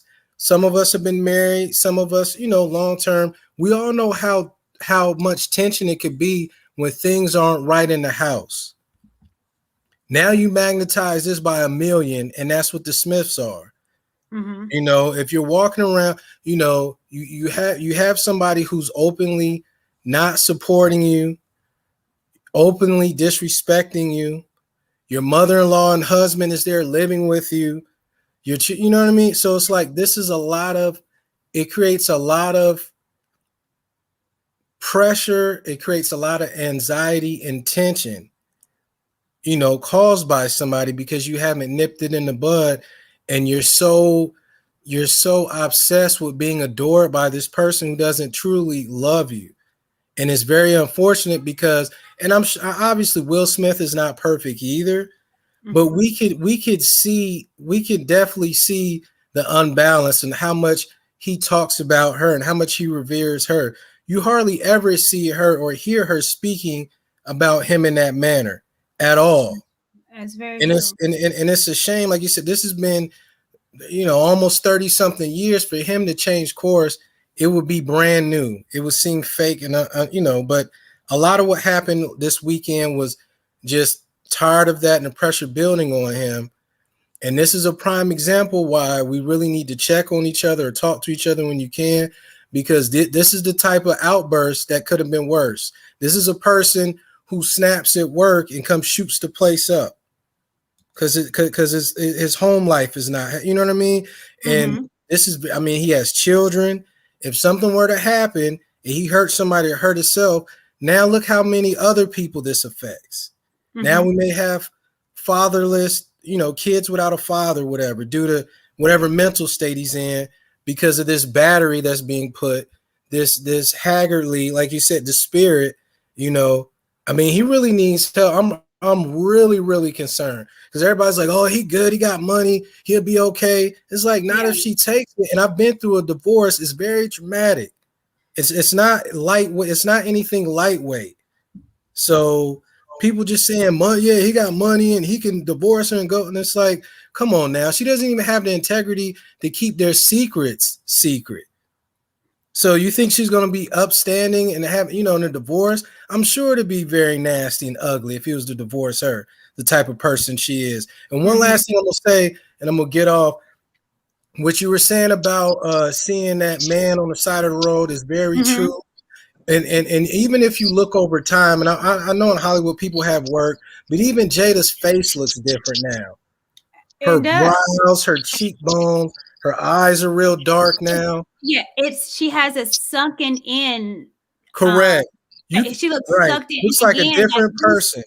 It looks like when you see something on a movie, when it takes you over and your face starts getting deformed, that's what she's looking like. She doesn't even look the same. You can look at a picture of her from 95 and look at her now, obviously age and stuff. I get it. But I'm saying you're still, when you see a person who's aged a little bit, you can still see, oh, okay, that's Courtney. Or, okay, that's Derek. You know, they're a little bit older now or whatever. This is something like look at that, how frightening that looks. You know what I mean? So I just really, I really hope that Will has a good outside of her, because she seems like the jealous type too, that he has a good support system and friends and people who can kind of, you know, pull him aside like, hey bro, are you're seeming, you know, because if he keeps down this road, it'll be unfortunate. I don't want to read anything about, and then we're leading back to this, like, man, look what was happening up until this point. But I agree with you, and thank you. And like I said, I remember that face, and I won't ever forget it. But yeah, and it's been plenty celebrities, right? They put a lot of celebrities online, and you slow it down, and you see their eyes change and stuff, their face changes and stuff like that in slow motion. This is very serious and very much a real thing. So, and everybody knows about, you know, when you say, hey, that person gives me a bad vibe or a bad aura when somebody comes or the room gets heavy, that stuff is real, you know. But anyway, I don't want to, you know, great show as always. I appreciate it. Thank you. I appreciate you. Yeah, I'll check back in. Yeah, your hours is kind of changing up, so I'll be at work. I don't know what's going on. I gotta get back on my schedule. I've been off, and then I'll do better. But all right, y'all take care. Everybody be blessed. All right, bye. And cool, I forgot to say two things, and then I'll drop off. The first thing I wanted to say is, when the Lord says, don't worship no idol before me. Remember, we can make our wives our idol, our children our idol.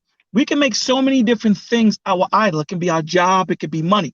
It doesn't necessarily mean a little Buddha or a little dude that you sit down in the corner and you worship. It could be your woman, where everything, she comes before anything. He's before anything. Your child is before anything and everything. That is essentially making that person or that thing your idol. And that's a problem. Secondly, we have to understand how trauma works. Trauma, most of the time, right? It's a spiritual injury. It's a disconnection from your father, right? From the father. So when that happens, usually trauma happens mentally. You'll have some mental tics or mental symptoms of your trauma, but most of us are unable to read it. Most of us are unable to see it. So when that doesn't happen, the body says, now we have to start giving physical symptoms of our trauma. And hopefully someone will see it. Hopefully someone will care enough to be there, and like that young man said earlier, to sit down and talk to these people. They need to have help. Talk therapy is one of the best therapies that you can seek. But we have to understand that left to their devices, these spirits will take you over. Mm-hmm. You have to understand that these are spirits that we're wrestling up against. It's not flesh. It's spiritual wickedness in high places. These people know what they're doing when they're pushing out music on certain frequencies, when they have the television refreshed at a certain rate. When we talk about MK Ultra, when we're talking about all these things that people will say it's conspiracy theory, all these things exist. When you're talking about L. Ron Hubbard, when you're talking about Aleister Crowley, when you're talking about things that these people serve, when you're talking about all these different covens that they're involved in secretly, when they deal with the music, the sacrifices that are being made. There's so many different things. There's so many levels that we can peel off. And this conversation needs to be had. So that's all I wanted to say. Thank Love you. I'll see you later. Bye, Polo. Better You Life Coaching. Is this, you got it? Yes, ma'am. Thank you so much. I'm sorry about the audio difficulties. Overall, I missed a little bit of your initial frame, and I'm just wrapping up here at work.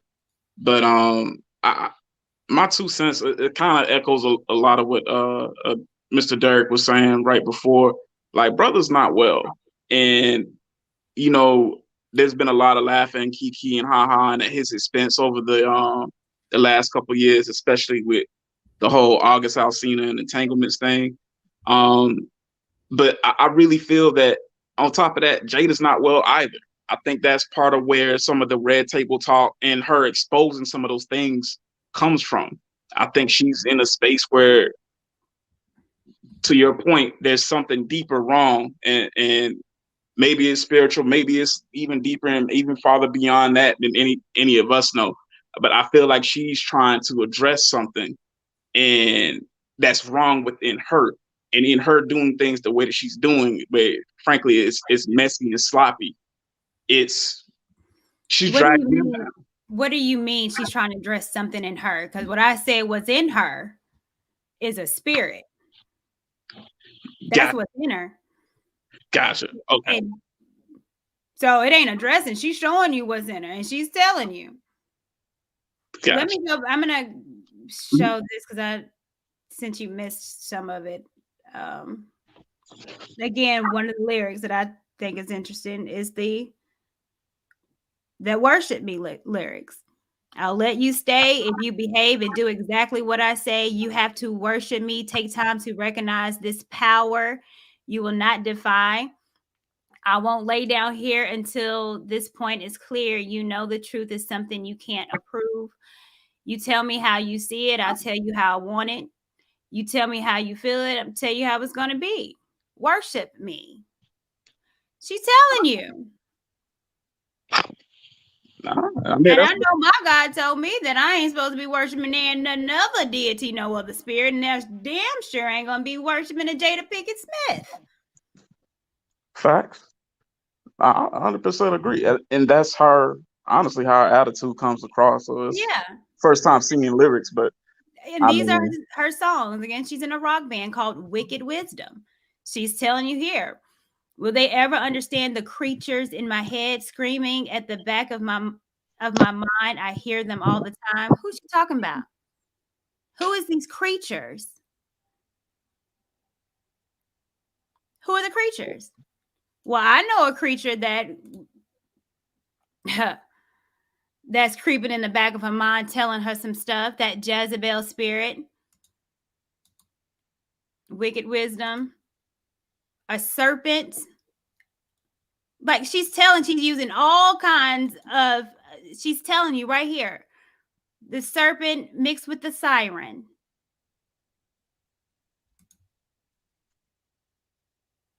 And that's a siren.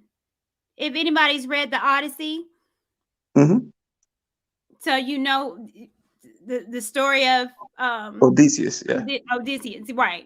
Where the sailors all held him back because He thought that if he was able to not go overboard when the sirens were singing, that he could defeat them and they would die. And they literally had to constrain him, but the others had to put beeswax in their ear so they couldn't listen to them sing because it was so beautiful. They would all go overboard and these sirens would eat them. So, I mean, it's mythology, but still it rings clear that she's using these symbolisms to tell you what type of woman that she is.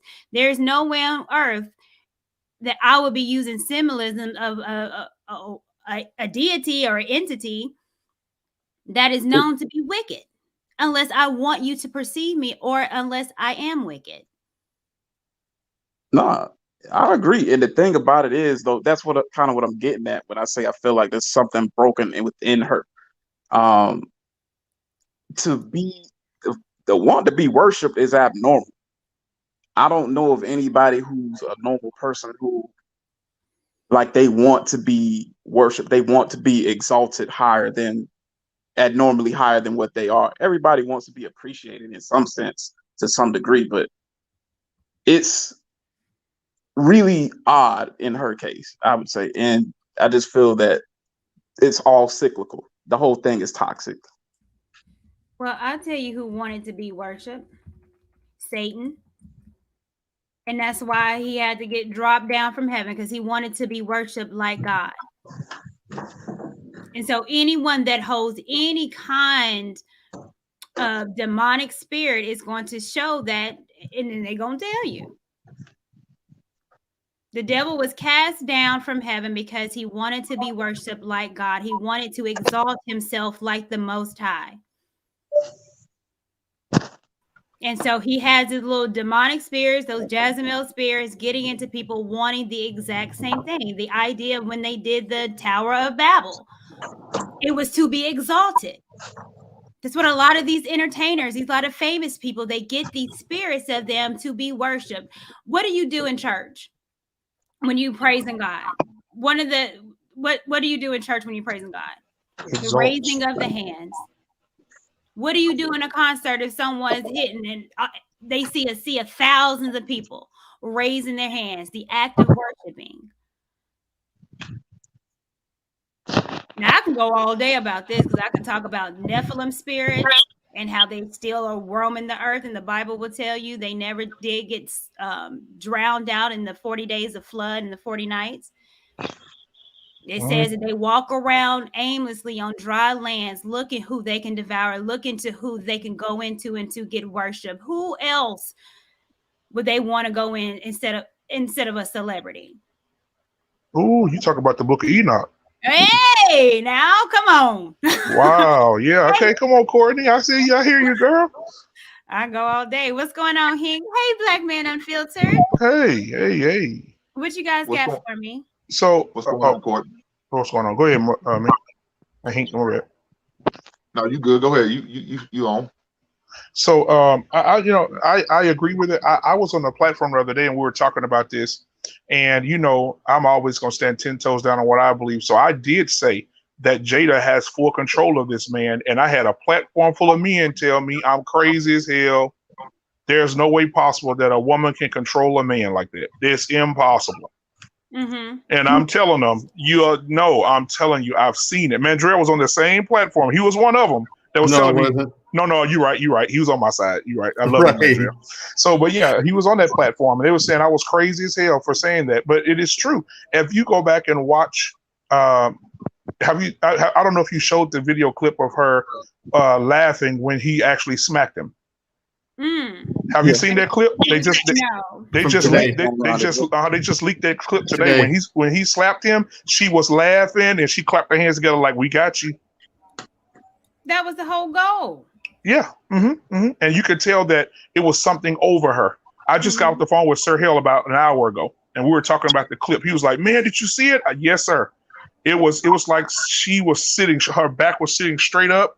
And they showed the footage from behind them. Somebody had a cell phone out, and they showed how Will was laughing, ha ha ha, and she looked at him, and you could tell at that moment she took complete possession over him, and his whole aura changed. And when he went up on stage, she leaned back in her chair and said, "Guys, watch this. It's not about him tonight. I'm gonna use his moment for me. Mm-hmm. And he smacked him. And that, I mean, so I think that she's always been that way, even going back to the rumors that she was sleeping with the little 13-year-old boy from Criss Cross back in the day. When she was 18, she was sleeping with the little 15-year-old. Mm-hmm. So she's had a track record of being this woman, and every man she didn't touch. And the boy that she was messing with from Criss Cross, what happened to him? He deleted himself. Mm. Look at Og. Look at Og. Mental Oh. issues.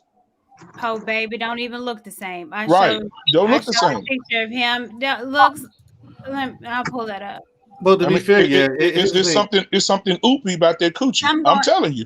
Right, and the thing is, I think you guys got the wrong demon here, because everything. I get what you're saying. I'm not saying you're wrong about her being involved in that, but it's not a Jezebel. This is a succubus. Mm-hmm. Well, Courtney. Well, we can talk about that because I'm familiar with succubus and incubus. Yeah. But those are usually night demons. Those usually come in the form they're night demons, and what they do, they lay upon you, and they have like a marriaging spirit. So that's why I didn't say it was succubus. So succubus and incubus, they lay upon you. They're night demons. Some people have said that they had sex with them. So you'll hear a lot of entertainers say, I've had sex with a ghost. These are incubus and succubus, but they control you and that's why a lot of women are single. I do believe that. They can't find a man. They're married to these demons and spiritual beings that they lay upon at night. So that's incubus and succubus. They're also demons too, but they usually come up on at night and they're marriaging demons. This one right here wants power. Mm-hmm. And that's why that photo shoot happened before the Oscars. Yeah. That's why she's talking about the Oscars. I got my fingers crossed, but it's all of her. Right. No husband, nowhere. No husband. Yep. And the crazy part is, you notice how Will's demeanor within a split second when they showed him after Chris Rock said the joke, he was laughing, he was full of joy, having a great time, and just like that. You know what I'm saying? He's on a rampage. So that's control. He turns around and smiles on his way back to his seat. Yep. So he's smiling, joy again. He sits down, then he switches again, curses him out, switches back again with a smile. It goes back to she's controlling back and forth within seconds of the whole thing. And you know what, Courtney? I'll say this, man. I will say this. Give you your props. You broke this thing down like arithmetic in ninth grade. Listen to me. I'm over here about to fall out the chair. I'm working and listen. I said, this girl. Wait a minute, professor. But and speaking of that, I'm having a show. I already talked to Sir Hill. I'm having a show Tuesday. And I would love for you to be a part of it. With your breakdown you just had, it would be very educational. It's the name of the show is called Dear Jezebel. Come on now, I'm ready. I would love to. So I'll send you. I'll email you. Okay. But yeah, this is crazy, y'all. Thank you. What you got for us, Hank? Man, look, shit. The hell with her. The hell with her ass. Yeah, he ain't gonna with you, doc. I'm not for divorce. You know, I don't encourage nobody to do it if they don't have to. But this heifer her, he needs to. And she's got to go. Yeah. She's got to go. She should have been gone a long time. Matter of fact, just what you hearing, what you saying, he should have never walked down the aisle with this crazy woman. Exactly. But now that he's in it, there's nothing he could do. Somebody said, divorce, she gonna take half. Man, whatever it takes. For real. You can't put a price tag on happiness, on my mental stability. Man, ain't enough money in the world. You know, I wouldn't mind paying if she's gonna drive me to this point, like what y'all saying, because this is all new to me. I'm learning something today, Courtney. So I appreciate that. Man, I'm gone. Whatever money I have to pay, whatever I'm gonna lose, I can make up. You know, because it's not worth it. At the end of the day, it's not worth it. That man found that amusing. So did she. She should have found it too. It went on about a bit. Instead, she went a totally different direction. She's a selfish person. She's honoring, and man, I'm just surprised hearing this. Talking about she cried not for tears of joy. But you know what I'm saying? Didn't want to do it. That's just me. Yeah, that is painful. Dog, what was you thinking about? Did anybody get in your ear and sit there say, this ain't the woman? No. Yeah, and you know Evidently what? not. Will No, she's Smith went on. narcissistic. Yeah, and you know what? Will Smith went on this She's whole narcissistic. campaign. Oh yeah, she went on this whole campaign. Did y'all see the video of Will when he was looking like his soul was just out of him, way before this thing even happened, way before the Og situation? He had a video saying you can't make a person happy. He said, Jada came to me and said she's not happy. He said what I had to do was I had to relinquish myself trying to make her happy every day, and I told her she can live her own individual life and find her own happiness. What kind of shit? What? Yeah, he said he has retired for trying to make her happy. He's retired. Oh no! Then why are you still with her? All evidence to the contrary. Look Yeah, at Sunday. yeah, night. yeah. Hi, Why Courtney. you The issue is, Oh, guys. is it Arsenal? The Hi, issue Arsenal. is here. You got that P right? You got that P right? The issue is the mother. The mother lives in the same house as the daughter. You don't live with your mother as an adult. So the mother, and her husband live in the same house. You don't do that as an adult. You don't live with your mother and her husband. Well, I understand. Well, this is, and then the to mother, be fair, the mother also the mother is a recovering addict. Mm-hmm. The mother is a recovering addict as well. So all those things don't help. Hey, first of all, we need to stop because she's a crackhead. Her mother was a crackhead. Yeah, her mom was a crackhead. Well, she don't tell her, an addict. Don't dumb it down. She was a dopehead. Well, she was addicted to heroin, so we understand that. She's a crackhead. Don't shoot her down. She's sober now. So, well, but here's the thing. No sympathy here from you. Hang on a minute. Hold on. Let me say this. Her daughter must have got some damage from it. Yeah, her daughter must have got some damage. No matter how she said that she hid it from her daughter would have felt some things when she goes up her head from being on the drugs, and the daughter don't know what the hell she's done wrong. Of course, it has an effect. This is why Jada is not normal, because she's had a mother that's an addict, right? Yeah. Even though she's been sober for 31 years, it's still there. The issue never really goes away. Don't get me wrong. Well, here's the thing that we're missing as well too, because Jada Pinkett Smith is also an addict. She talked about that she was a sex addict. She was a sex addict, and she also had problems with alcohol. So, I mean, addiction does run in family, but I don't want to take it away from what I see that Jada is doing to Will. And I don't want to intimate Darrell. I don't want you to think that I'm Jada is narcissistic. Hold on, Arsenal. Can I say? Hold on. This? I've experienced a woman like Jada, and what it is. Once they get a grip of you, they control you. I was drained 2 months, 3 months by a narcissistic like Jada. They literally take control of your life and suck your energy. And this is what she's doing. This is what she's doing to Will. This is what she's doing. That reaction there is a man that's sucked and drained, right? Courtney. We all know he would never have done it to Dave Chappelle. He would never have slapped Dave Chappelle. No. You're right. Go ahead, Black man. So did you see?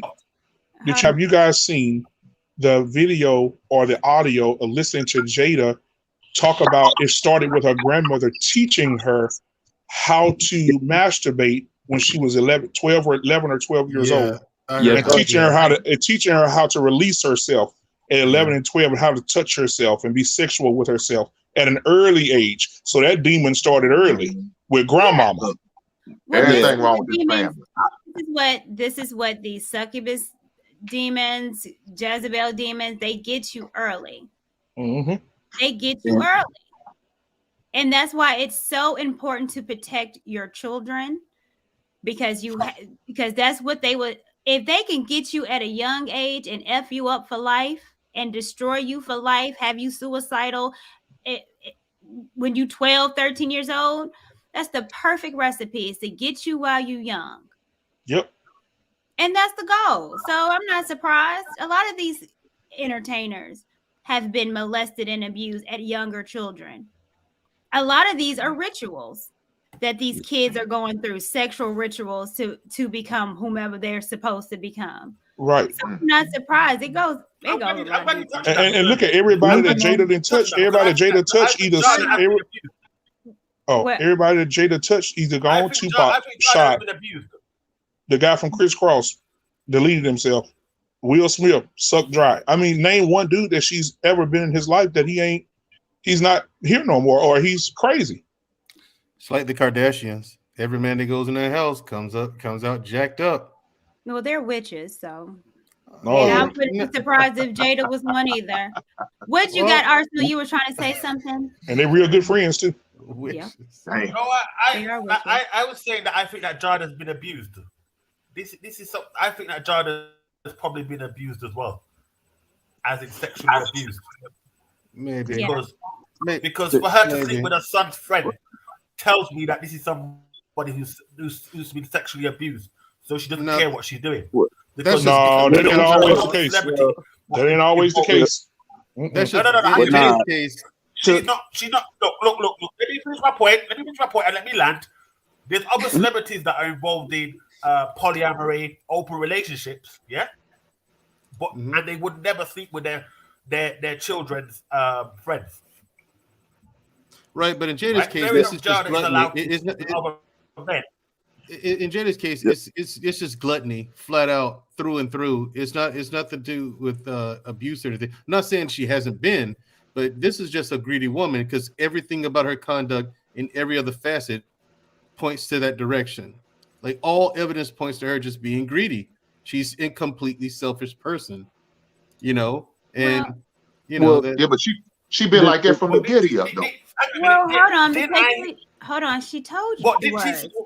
Yeah, she's been like that from the get-go. All right. She's a 15-year-old. That says to me that she's probably maybe because usually women sleep with men that are older. Well, not the cougars. For her to be 18 and 15. For her not to. But at the cougars. Hold on, honey. Thank you.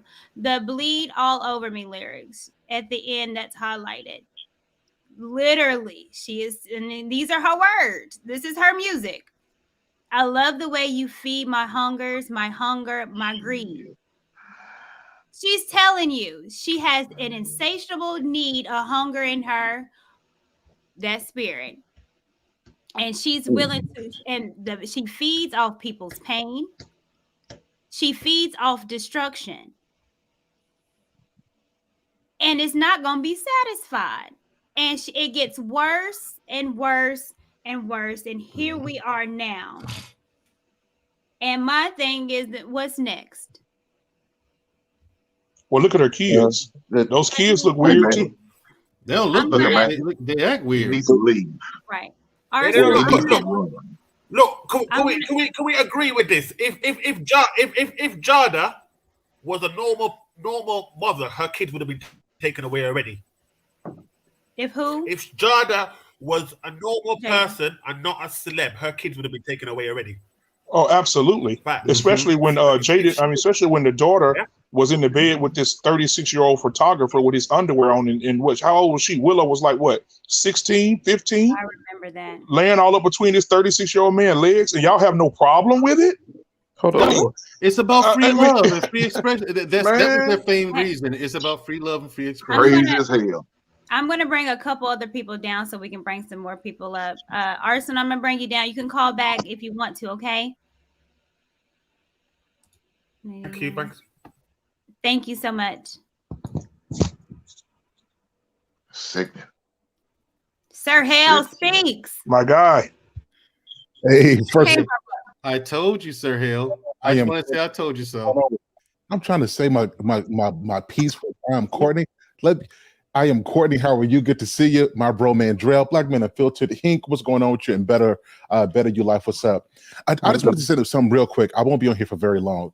Courtney, it don't make no sense for you to break this down like this, but I'll talk to you on the after chat like this after this segment.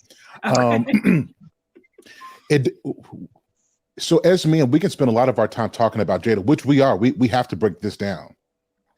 but there was something in him that drove him to a woman who showed him all the signs that she did not want him, like who he really is. And until he heals and fixes that, a divorce, a separation, him moving out of the state, it won't matter. You guys remember that story about Samson and Delilah? Yeah. Like we spent a lot of time blaming Delilah, because of what she did. But Delilah didn't go looking for Samson. Samson, there was something in him that drove him to her. And in this particular case, there's something in Will that drove him to a woman like Jada. And until that guy gets that fixed, spirits attach itself to people that are broken. There was something in him that is being fed on. It's almost like, without being too graphic, it's almost like when there are certain wounds that are exposed, you got certain bugs that come to try to feed off of that flesh. And what he has around him, is somebody feeding off of his brokenness. And so what happens is when they're feeding off your brokenness, they don't contribute to your healing because they feed off of the state that you're in.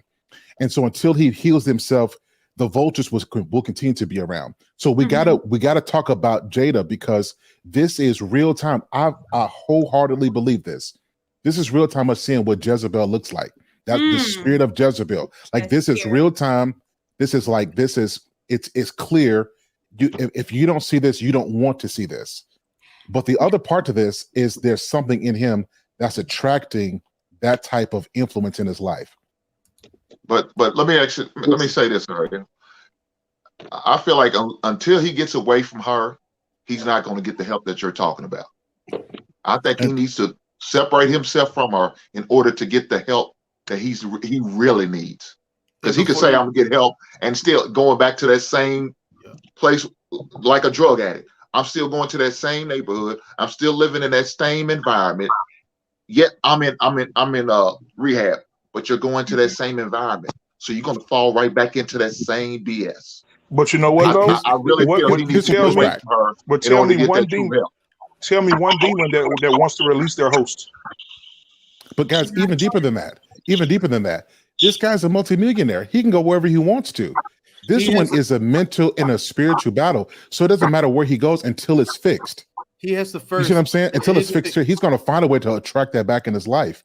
Even if he divorces her, if this is not healed, he's going to find another Jada with a different face.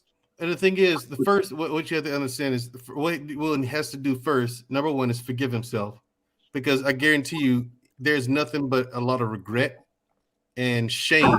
He's chopped to the gills with it. That's what the acting out is. It's a bunch of guilt and shame. Two, next, he does need a divorce, and he does need lots of therapy.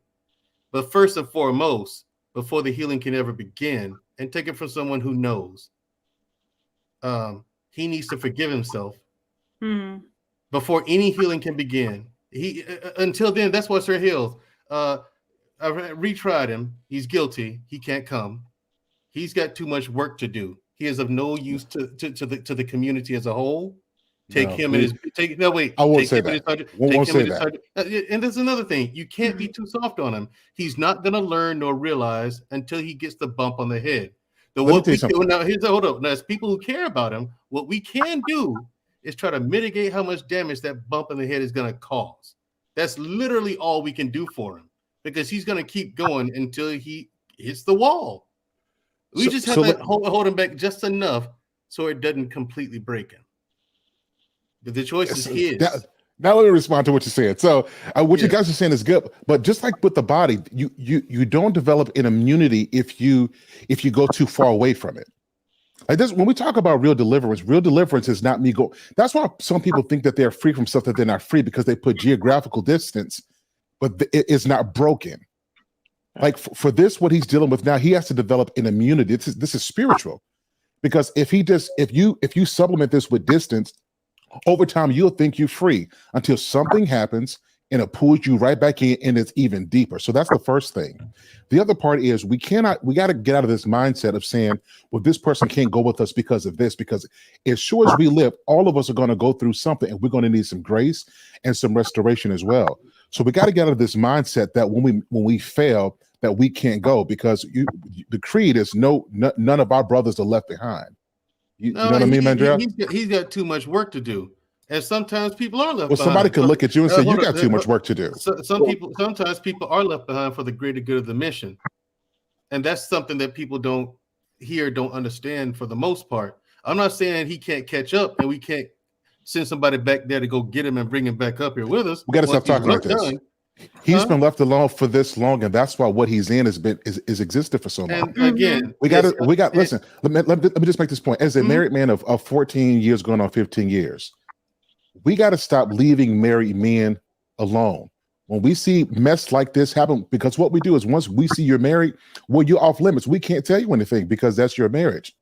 If he would have had some brothers around him who would have told him the truth straight up, I think that this could have been mitigated. But what we do as brothers is we leave each other in our own isolation chambers, and we men know how that is. The Bible talked about it's not good for man to be alone because of this. We get trapped in our head and we don't make great decisions. So we got to stop leaving brothers, particularly when it comes to emotional, spiritual, and psychological issues, and be there as a support system, because sometimes a true brotherhood will help you to overcome the devastation of what you're going through from the woman you love. Got it. But here's the thing. You're still lacking the foresight. Like I told you a few days before, it's too late. And here's what I mean by that. Let me flesh this out. It's too late because this information you're saying, of course, you're right in that regard. He did need someone to tell him not to marry her in the first place, but it's too late for that. Now, number two, why it's too late now? Simply because he's in too deep. And you're right. He can't just we can't cut the cord for him. He is in way too deep. He has to first forgive himself. Will is grieving. I admit that, and I agree to that. He has a lot of guilt. He has a lot of guilt and regret for being in this situation and allowing himself to be in the situation that he is now. He regrets that. It's written all over. It's written all over. We got to stop talking like that, man. We really got to stop talking like that. What do you mean? No, here's the thing. What do you mean? Here's the thing. It is too late because he. Go ahead, Courtney. Well, I mean, I'm going to have to agree with Sir Hale. I mean, I understand you're saying he's in too deep, but I mean, I always speak about redemption. There's saving grace. There's nothing that God cannot take you out of. There's nothing. He has to want There's nothing. I agree, but he has to want it. Courtney, I agree with that too. But at the same time, that doesn't mean it has to be with her. Well, I said at the beginning he needs to run. I said run. To me, he has to separate himself. So I know. There's no disagreement there. I know Sir Hale's talking about having guys. Man, for all we know, she done ran his boys off because she feel like they gonna get in the way. They gonna be a problem. So if they're gonna be a problem, I got to eliminate the problem. If his problem is gonna be his friends, because they gonna tell him be honest and be truthful and upright with him, she's gonna eliminate them. I need you gone. No, you don't need to be with them. They not for you. It's all about us. And really, what she's really saying, it's all about me. To hell with anybody else. Will, I don't give a shit about you. I don't give a damn about you, Will. It's all about me. So I'm going to eliminate his friends, the guys who's going to be in there to tell him the truth, who's going to tell him what he really needs to hear. And I'm going to surround him with yes men, guys who's going to tell him what I want him to say. So she's got her puppets who he could have friends and who he can have around. I think that's what's really going on. He don't have no real friends around him like he should have, because she got rid of all of them. They no longer need to be around. I want the yes men around so I can control them. I can pull the strings and do what I need to do to continue to do what I got. He's a weak-minded man as of right now. That's where he's at. He's weak-minded. Courtney, can you repeat what she said about her tears of joy on their wedding day? What did she say her tears were for? They weren't for joy. They were for what? Let me bring it up. That was that's the 40th birthday. Yes, Sir Hill. I think for the most part you just misunderstand what I'm saying. No, I don't. I just don't. No. I'm just saying. I'm not saying abandon him. I'm just saying he needs too much work. I'm not saying don't send somebody back for him when he's ready. Let me read this, and then I'm going to get Detox in here, and then Derek, I'll get you as well too. This is Jada Pinkett Smith on her marrying Will Smith. I never wanted to get married, but my mother was like, "You have to get married," so I said, "All right, maybe something I should do." I cried all night long. I was like, my life is never going to be the same. It was a horrible wedding. I was so pissed. I went crying down the freaking aisle. I cried the whole way down the aisle. This is on her wedding day. She didn't want to marry this man. And here go Will Smith. Oh, happy. There wasn't a day in my life that I wanted anything other than being married and having a family. That show you the contrast. He's been competing with a dead man for like 20 years, and what that goes to show you is that it's not necessarily her fault. I think a lot of women from our generation and her generation, they don't really value having a husband.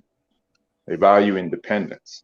You know, that's what you see a lot of on Kevin Samuels is they want the marriage, but they don't. I mean, they want the wedding, but they don't actually want to have and maintain the marriage. And I think Will feels like because of the vows that he took, he's stuck in this situation. But I think he needs to get out because it's not healthy for him. You can see what ended up happening at the award ceremony is it came to a head, you know, and you could see it on his face and the red talk table. The man looked like he was about to cry in front of his wife, and no woman is going to respect you like that.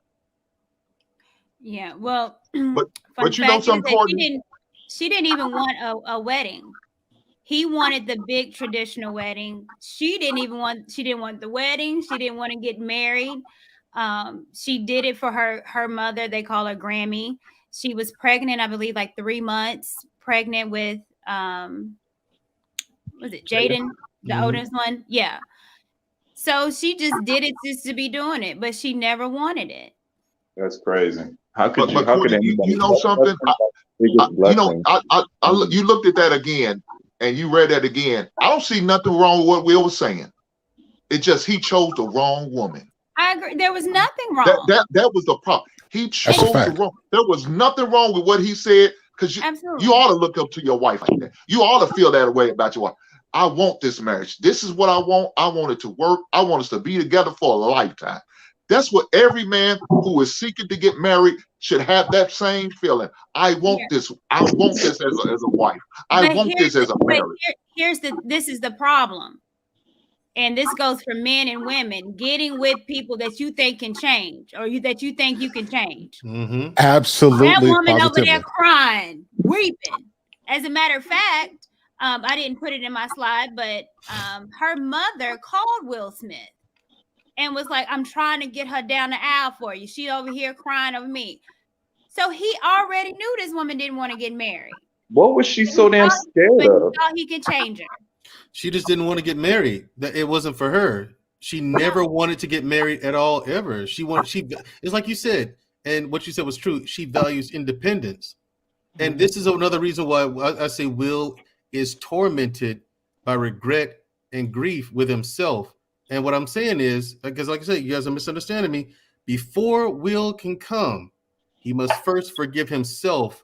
Then the healing can start. Before you get to the spirit, a decision has to be made within you, by you. Before you get to your spiritual part, you have to decide to do that. That's the gift of free will. Look, and before we can do any of that, he has to make that decision. It really makes you question, why is he there? Like, why would you put yourself in this situation? And then second of all, why would he want to be with a woman that doesn't want him? And that just goes to show you I see a lot of approval seeking behavior coming from him. Like, it's got to be some issues with his mom or whatever parental figure he grew up with, where trying to make some other, like, your happiness is your responsibility, not your partner's or your girlfriend or your boyfriend. Your responsibility. Are you guys married? No. Are you guys on the panel? Yeah, besides black men, are you guys married? I'm not. I was married for 17 years. Yeah, so one of the for him is duty and obligation. He took his vows seriously. Yeah, so one of the things that I think we take for granted is, as men, depending on how we were raised, we can get addicted to effort, constantly trying. I'm going to keep on going because it's what Courtney said before. Is once we believe that it can change, and we can love enough, you can buy a bigger house and it's going to change. You buy a better car, make more money, change your look, your style. If you are addicted to effort, you will spend 20 years of your life and look up and have wasted it until you realize that this person you're doing it for, it's all for nothing because they don't want you. It's a hard thing. Just because somebody is with you does not mean that they want you. That's right. They might want the stuff that comes with you. They might want the prestige because remember, she's an actor too. So there's some benefit with her being with him. But it doesn't mean that if he lost it all, would she still be there? That's the question that all of us men have to ask. And if we can't say that the woman we are with wants us, if we lose it all, then that's probably not the one, which goes to Will's ego. Again, there's something in him that attracted him at that level to a woman like her. Yeah. And the sad thing is what you overlook in the beginning is what blows up at the end. And that's what we're seeing now. But here's my question to you. What woman is like that?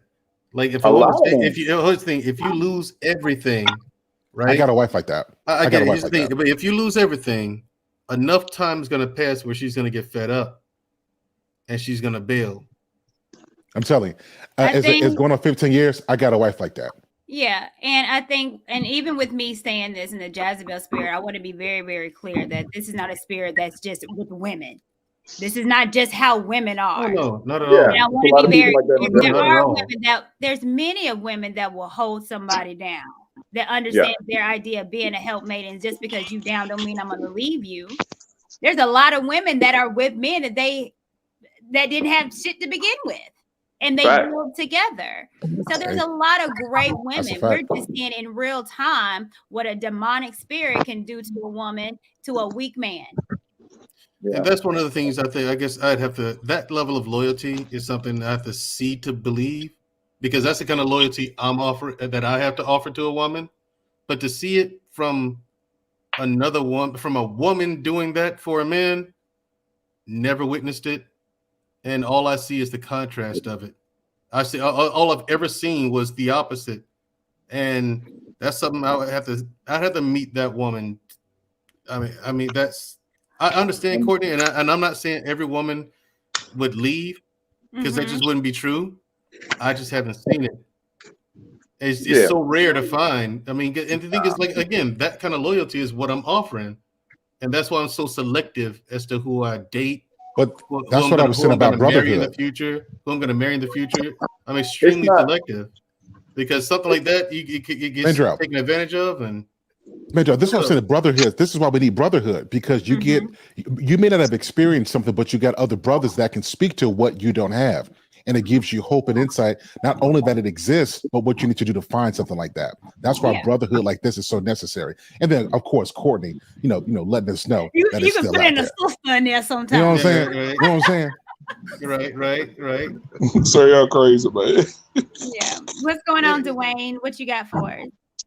Hey, how y'all doing? Doing well. How are you? I'm doing good. About that, I could talk. I could shed a little light on it. You hear me, Ms. Courtney? Yeah, a little bit. Go Okay. ahead. I love your podcast. I've been watching you for a long time. Thank you. Okay. Jada is a covert narcissist, if you ever know what that is. It ain't covert. I actually went through something like see it out in the open. Right. Yeah, I've dealt with that before. With somebody who, if you're not used to it or seen it before, it will get you. Yeah, because it's like when I met my ex, she was quiet as a mouse, everything. Yes. And then she changed. When I say like evil does. And I never seen it before. I knew something was wrong with her. And I was like this. I never knew about gaslighting or trauma bond or anything like that before. And when I seen this, like I had to take her to court because I have 2 daughters. I had to take her to court to get custody of my girls. She was like the best actress, like around everybody. You would never think that she would do anything, but behind closed doors, and it was like all mental. And okay, I see it's a little echo. I'm sorry. And I think with Will, he never been around that. Will's kind of been,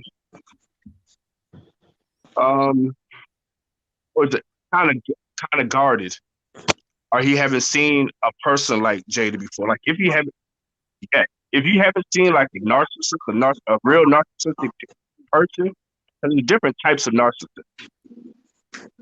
But I've seen it. Like if you've seen on the red table, she always talks about how she felt. Like I feel this way. It made me feel good. You never even heard her say that she loved Will Smith. You always hear about like, just think about it. I never heard her say that.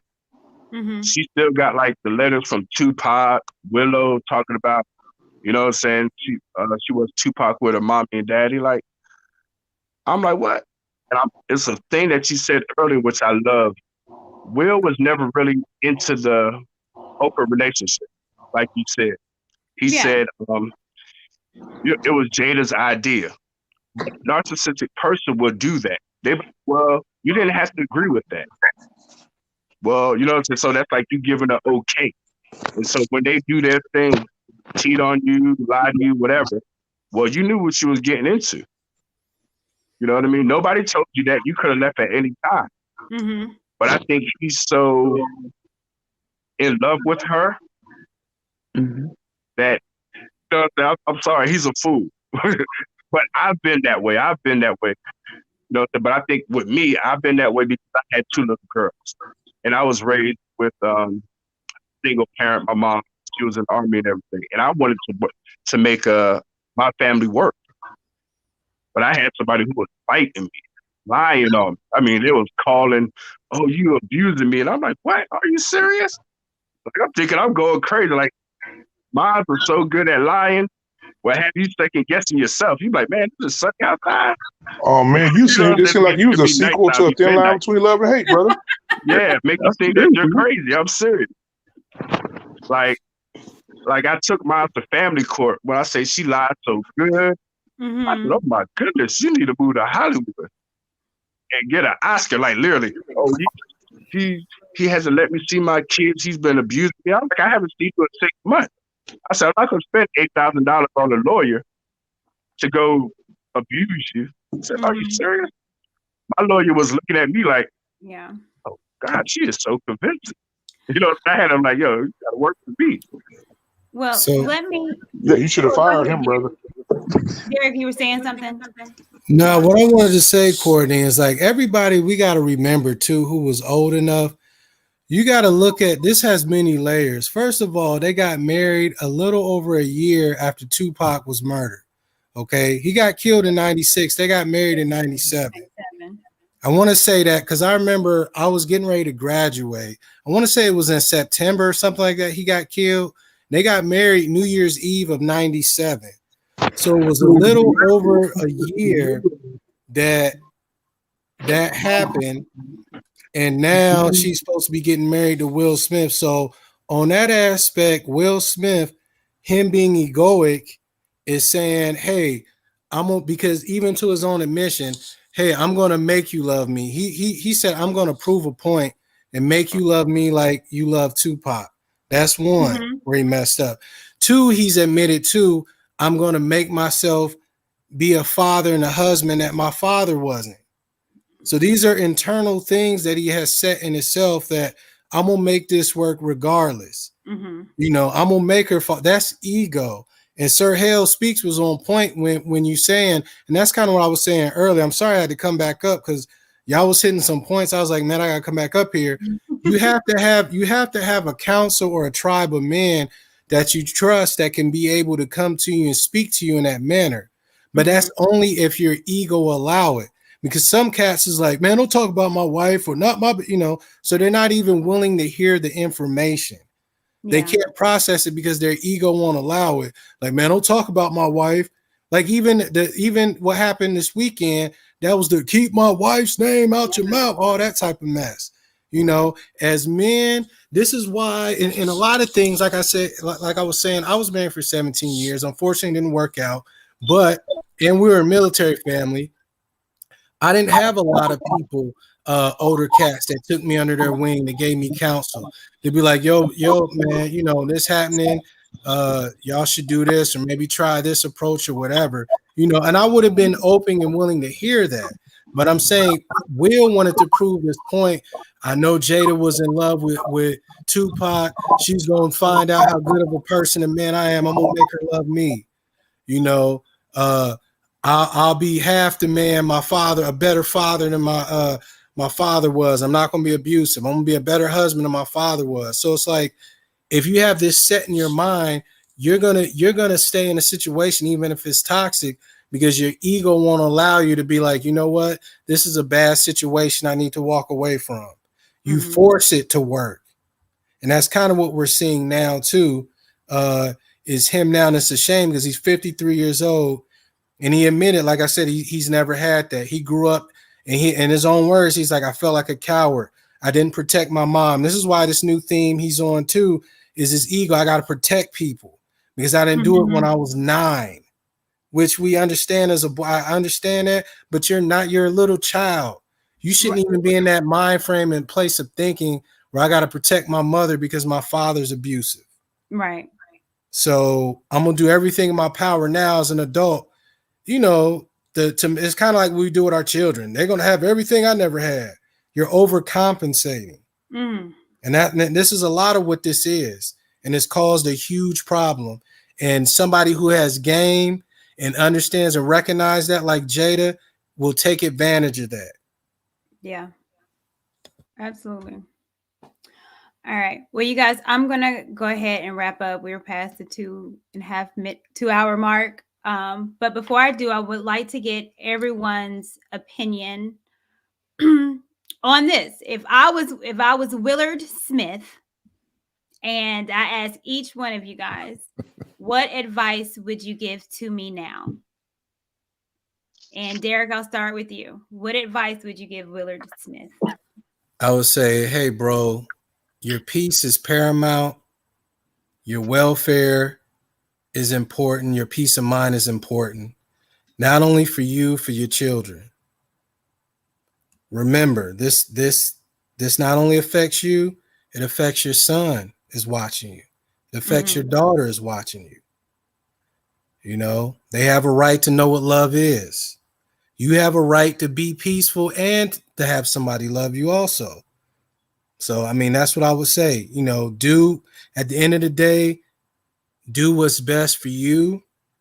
And I would just try to be there to support him, anything that you need.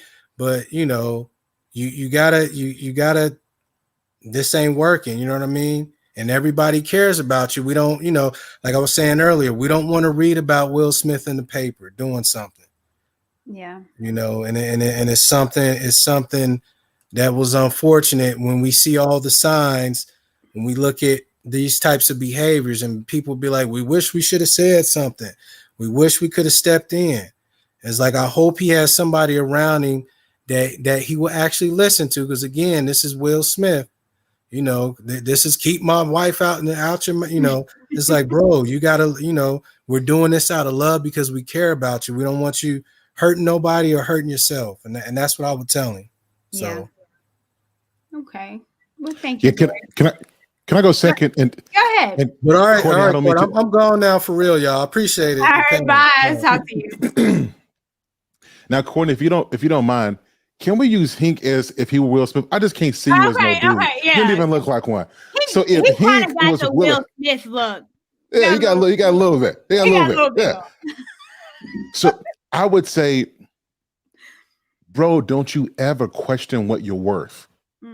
Don't you ever believe that you are not enough and you need somebody else to compensate for something you're not. Your happiness matters. Your heart matters. Your heart matters. Your heart matters. And don't let anybody abuse that, because you're worth so much more. And you're rich and you can get anybody you want to, so quit playing games.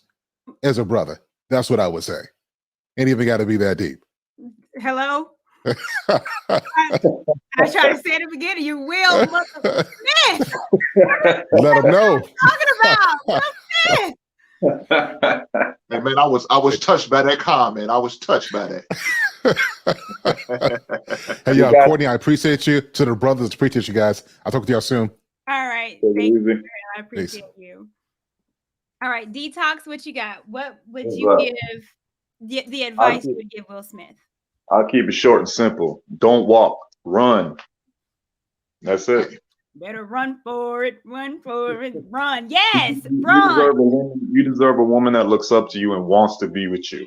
You know, and that's what he should be looking for. But don't walk, run fast. Hey, I said Life is don't too short. moonwalk. Don't I'm do out the of here. cabbage patch. Run.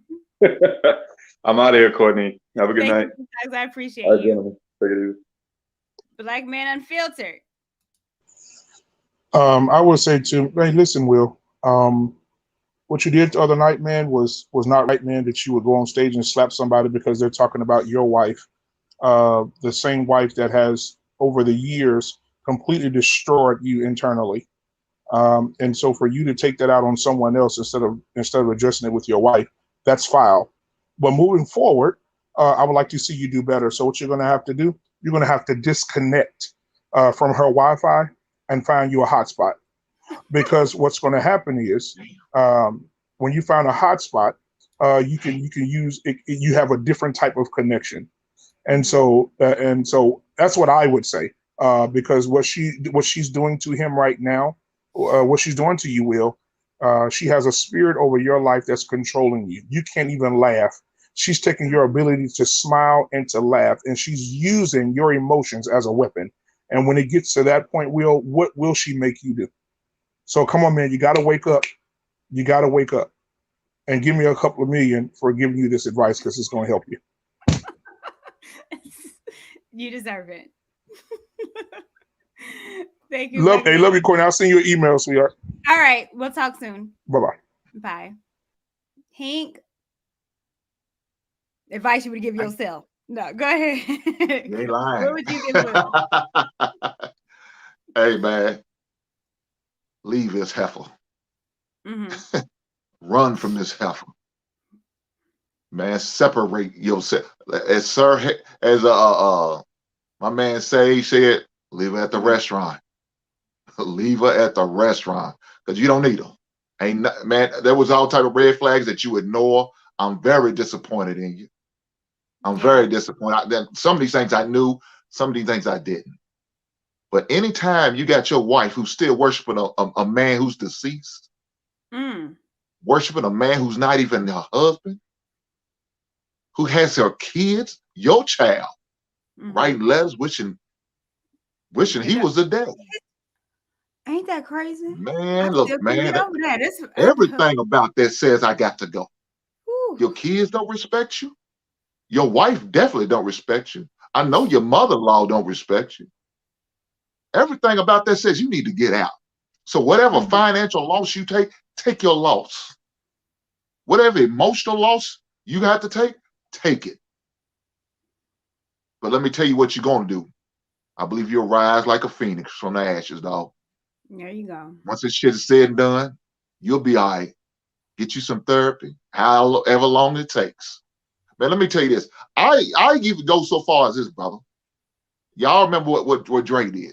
Dre turned everything about Death Row over to Suge. I don't want anything. I don't want nothing. Do that. If that's what you have to do. If she sit the Lord and said, oh, well, we taking everything, take it all. Y'all can kiss my ass on my way out this door. I'll be all right. I'll make it up. Somebody gonna give me an opportunity. If that means I gotta do a few beeline movies because I took the stupid route and assaulted this man, Chris Rock, then I'll take that. And I'm gonna build myself back up. But I'm gonna be even greater than I was. So we are, and I know you watching broadcast because Courtney's like that. She's worth watching on YouTube. So I know you're hearing all this. Will Smith is watching this right now. Okay? I know, Courtney. I know he is. He better. If he ain't, he needs to. I'm gonna send it on the side of the DM. Go take a look at this. Hey, holler at his agent. Say, hey, we got something for you to check out. Courtney Michelle, check her out. She's worth it. Hey, guys, I appreciate. Thanks, Courtney, for having me. Mandrell, good talking to you, brother. Always. Y'all be safe in these streets. All right, later, baby. Thank you, Mandrell. Yes, ma'am. You showed up, got a lot to say in these streets. Mm-hmm. So, if I was Willard Smith, what would I say? What would you say? Forgive yourself. Focus on that because that's going to be the most difficult part of the entire process. It is extremely hard to forgive yourself, Courtney. Mm-hmm. You know what I'm saying? Because the thing is, if you Will holds himself accountable, he does, and it's because of that. That's why he's trapped in misery because he feels guilty. That's where the guilt comes from. He's holding himself accountable. He knows he made a mistake. He knows he married the wrong person. Look at his kids. Look at his relationship with his kids and all that. He knows, and he feels like he deserves the pain. That's why he refuses to forgive himself. He feels like this is what I deserve. And to get through that, it's going to take almost everything he's got. That's why the rest of it is so easy. That's the hardest part. The right there at the beginning. And the reason why a lot of people go back to a bad situation is because they never forgive themselves first. They just skip that part and go on to, well, I'll deal with this, that, and the other. It's cool to work on that, but you need to forgive yourself first. Otherwise, you're subject to go back because you still feel like you deserve to be punished. Yeah, and he doesn't. I think he has a lot of insecurities. I think it's interesting that people wouldn't think that because of he's a superstar And plus, he's handsome and has money. Exactly. But that doesn't alleviate mental illness. It doesn't alleviate insecurities about yourself, things that might have happened as a childhood that you haven't overcome. The idea that he's always felt like a coward. He even said that with him never really meeting Tupac. He always said, I was a soft rapper from Philly and he was Tupac. And he felt like a coward. And he needs to forgive himself for all of that, feeling like a coward because he was young, he was a kid. It wasn't his fault. You know, I know that's your mother and you loved her, but it wasn't your fault at all. And Will is not someone to be excommunicated or left behind. Kind of like on our way there, let's drop this joker off at the hospital. We'll send somebody back. We'll send you a shuttle bus, bro. You know what I'm saying? You need to take care of that before it really blows up. You know, and God forbid he actually harms himself or anyone else. I don't want to see that because we've seen that happen all too often. You know, but forgiving yourself first and things like this are things that I've learned from my life experience. And most people here in America, stateside, we live in an echo chamber here. No one knows about it. It's extremely rare to find people who know about this kind of stuff. But yeah, that's why it goes overlooked for the most part. Yeah. Okay. All right, that's what I have to say. Well, I appreciate you so much. Yeah. And I'll be chatting with you. All right. Thanks for having me on. Thank you, Mandro. Thanks for coming on. All right, thank you. No problem. Well, first, before I close out, I do want to recognize the super chats that I got. Well, I shouted you out when you did that, Malevolent. So thank you so very much. I appreciate you. Jasmine Man, good afternoon, Courtney. Yellow looks amazing on you. Well, thank you. I appreciate that. Jada is a 304 and Will needs to dump her. Okay, and what else? I hate August Alsina. He makes side dudes look bad. Okay.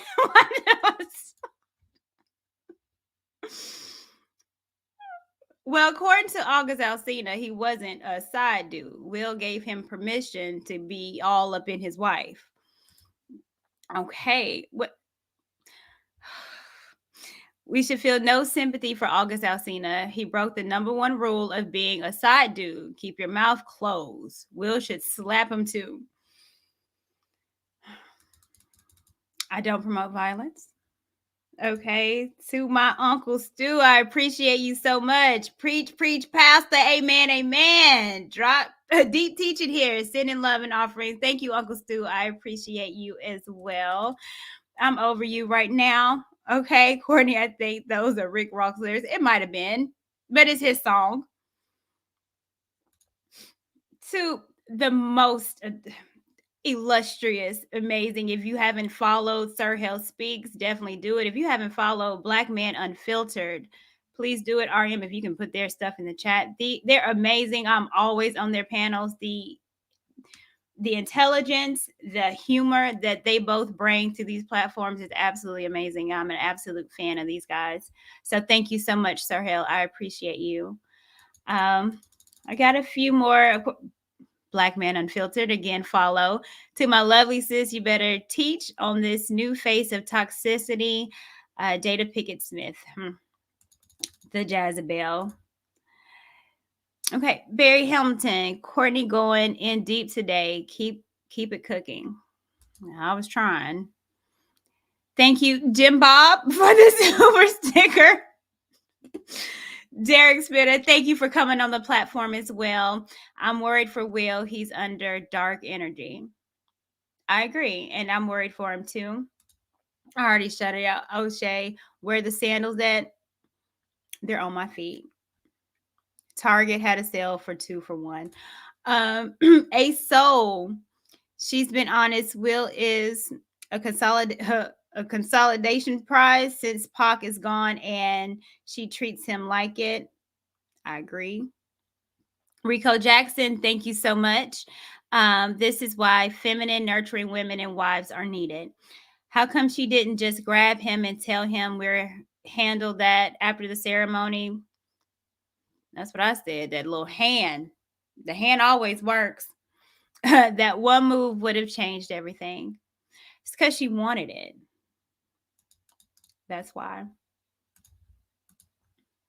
So that is my super chat. Thank you guys so much. I appreciate you guys tuning in and listening to my kind of different spill on it. I'm going to bring this up real quick as well, too, just in case. Again, the spirit of Jezebel is running rampant. And in these days where men are women, women are men, everything is fluid, there is a reason for it all. We can talk about that another time. But again, what is the Jezebel spirit? Just understand it is a demonic influence that causes chaos. And again, we see these in churches, organizations, marriages, friendships, congregations, companies, and it affects everyone around it. This spirit is real. I've seen spirits, and I am seeing, like Sir Hill said, I'm seeing it in real time. And these are the personality traits. But the main thing, you guys, is that it wants control and will not submit to authority. And we're seeing it real time. Oh, there's another one. Pray for Will and Scottie Pippen. Will do.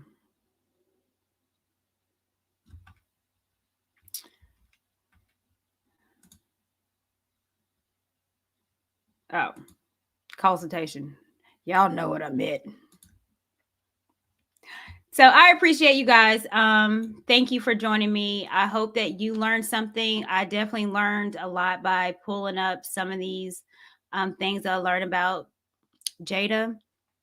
And my prayers are going to be with Will Smith, those kids, and even for deliverance for Jada. I don't think all hope is gone. So thank you so much. I appreciate you. One more I got, like Kwame says it. Gaga gang, turn up. All right. It's been real, you guys. Thank you so much for tuning in. And remember, as always, be a blessing. Thank you.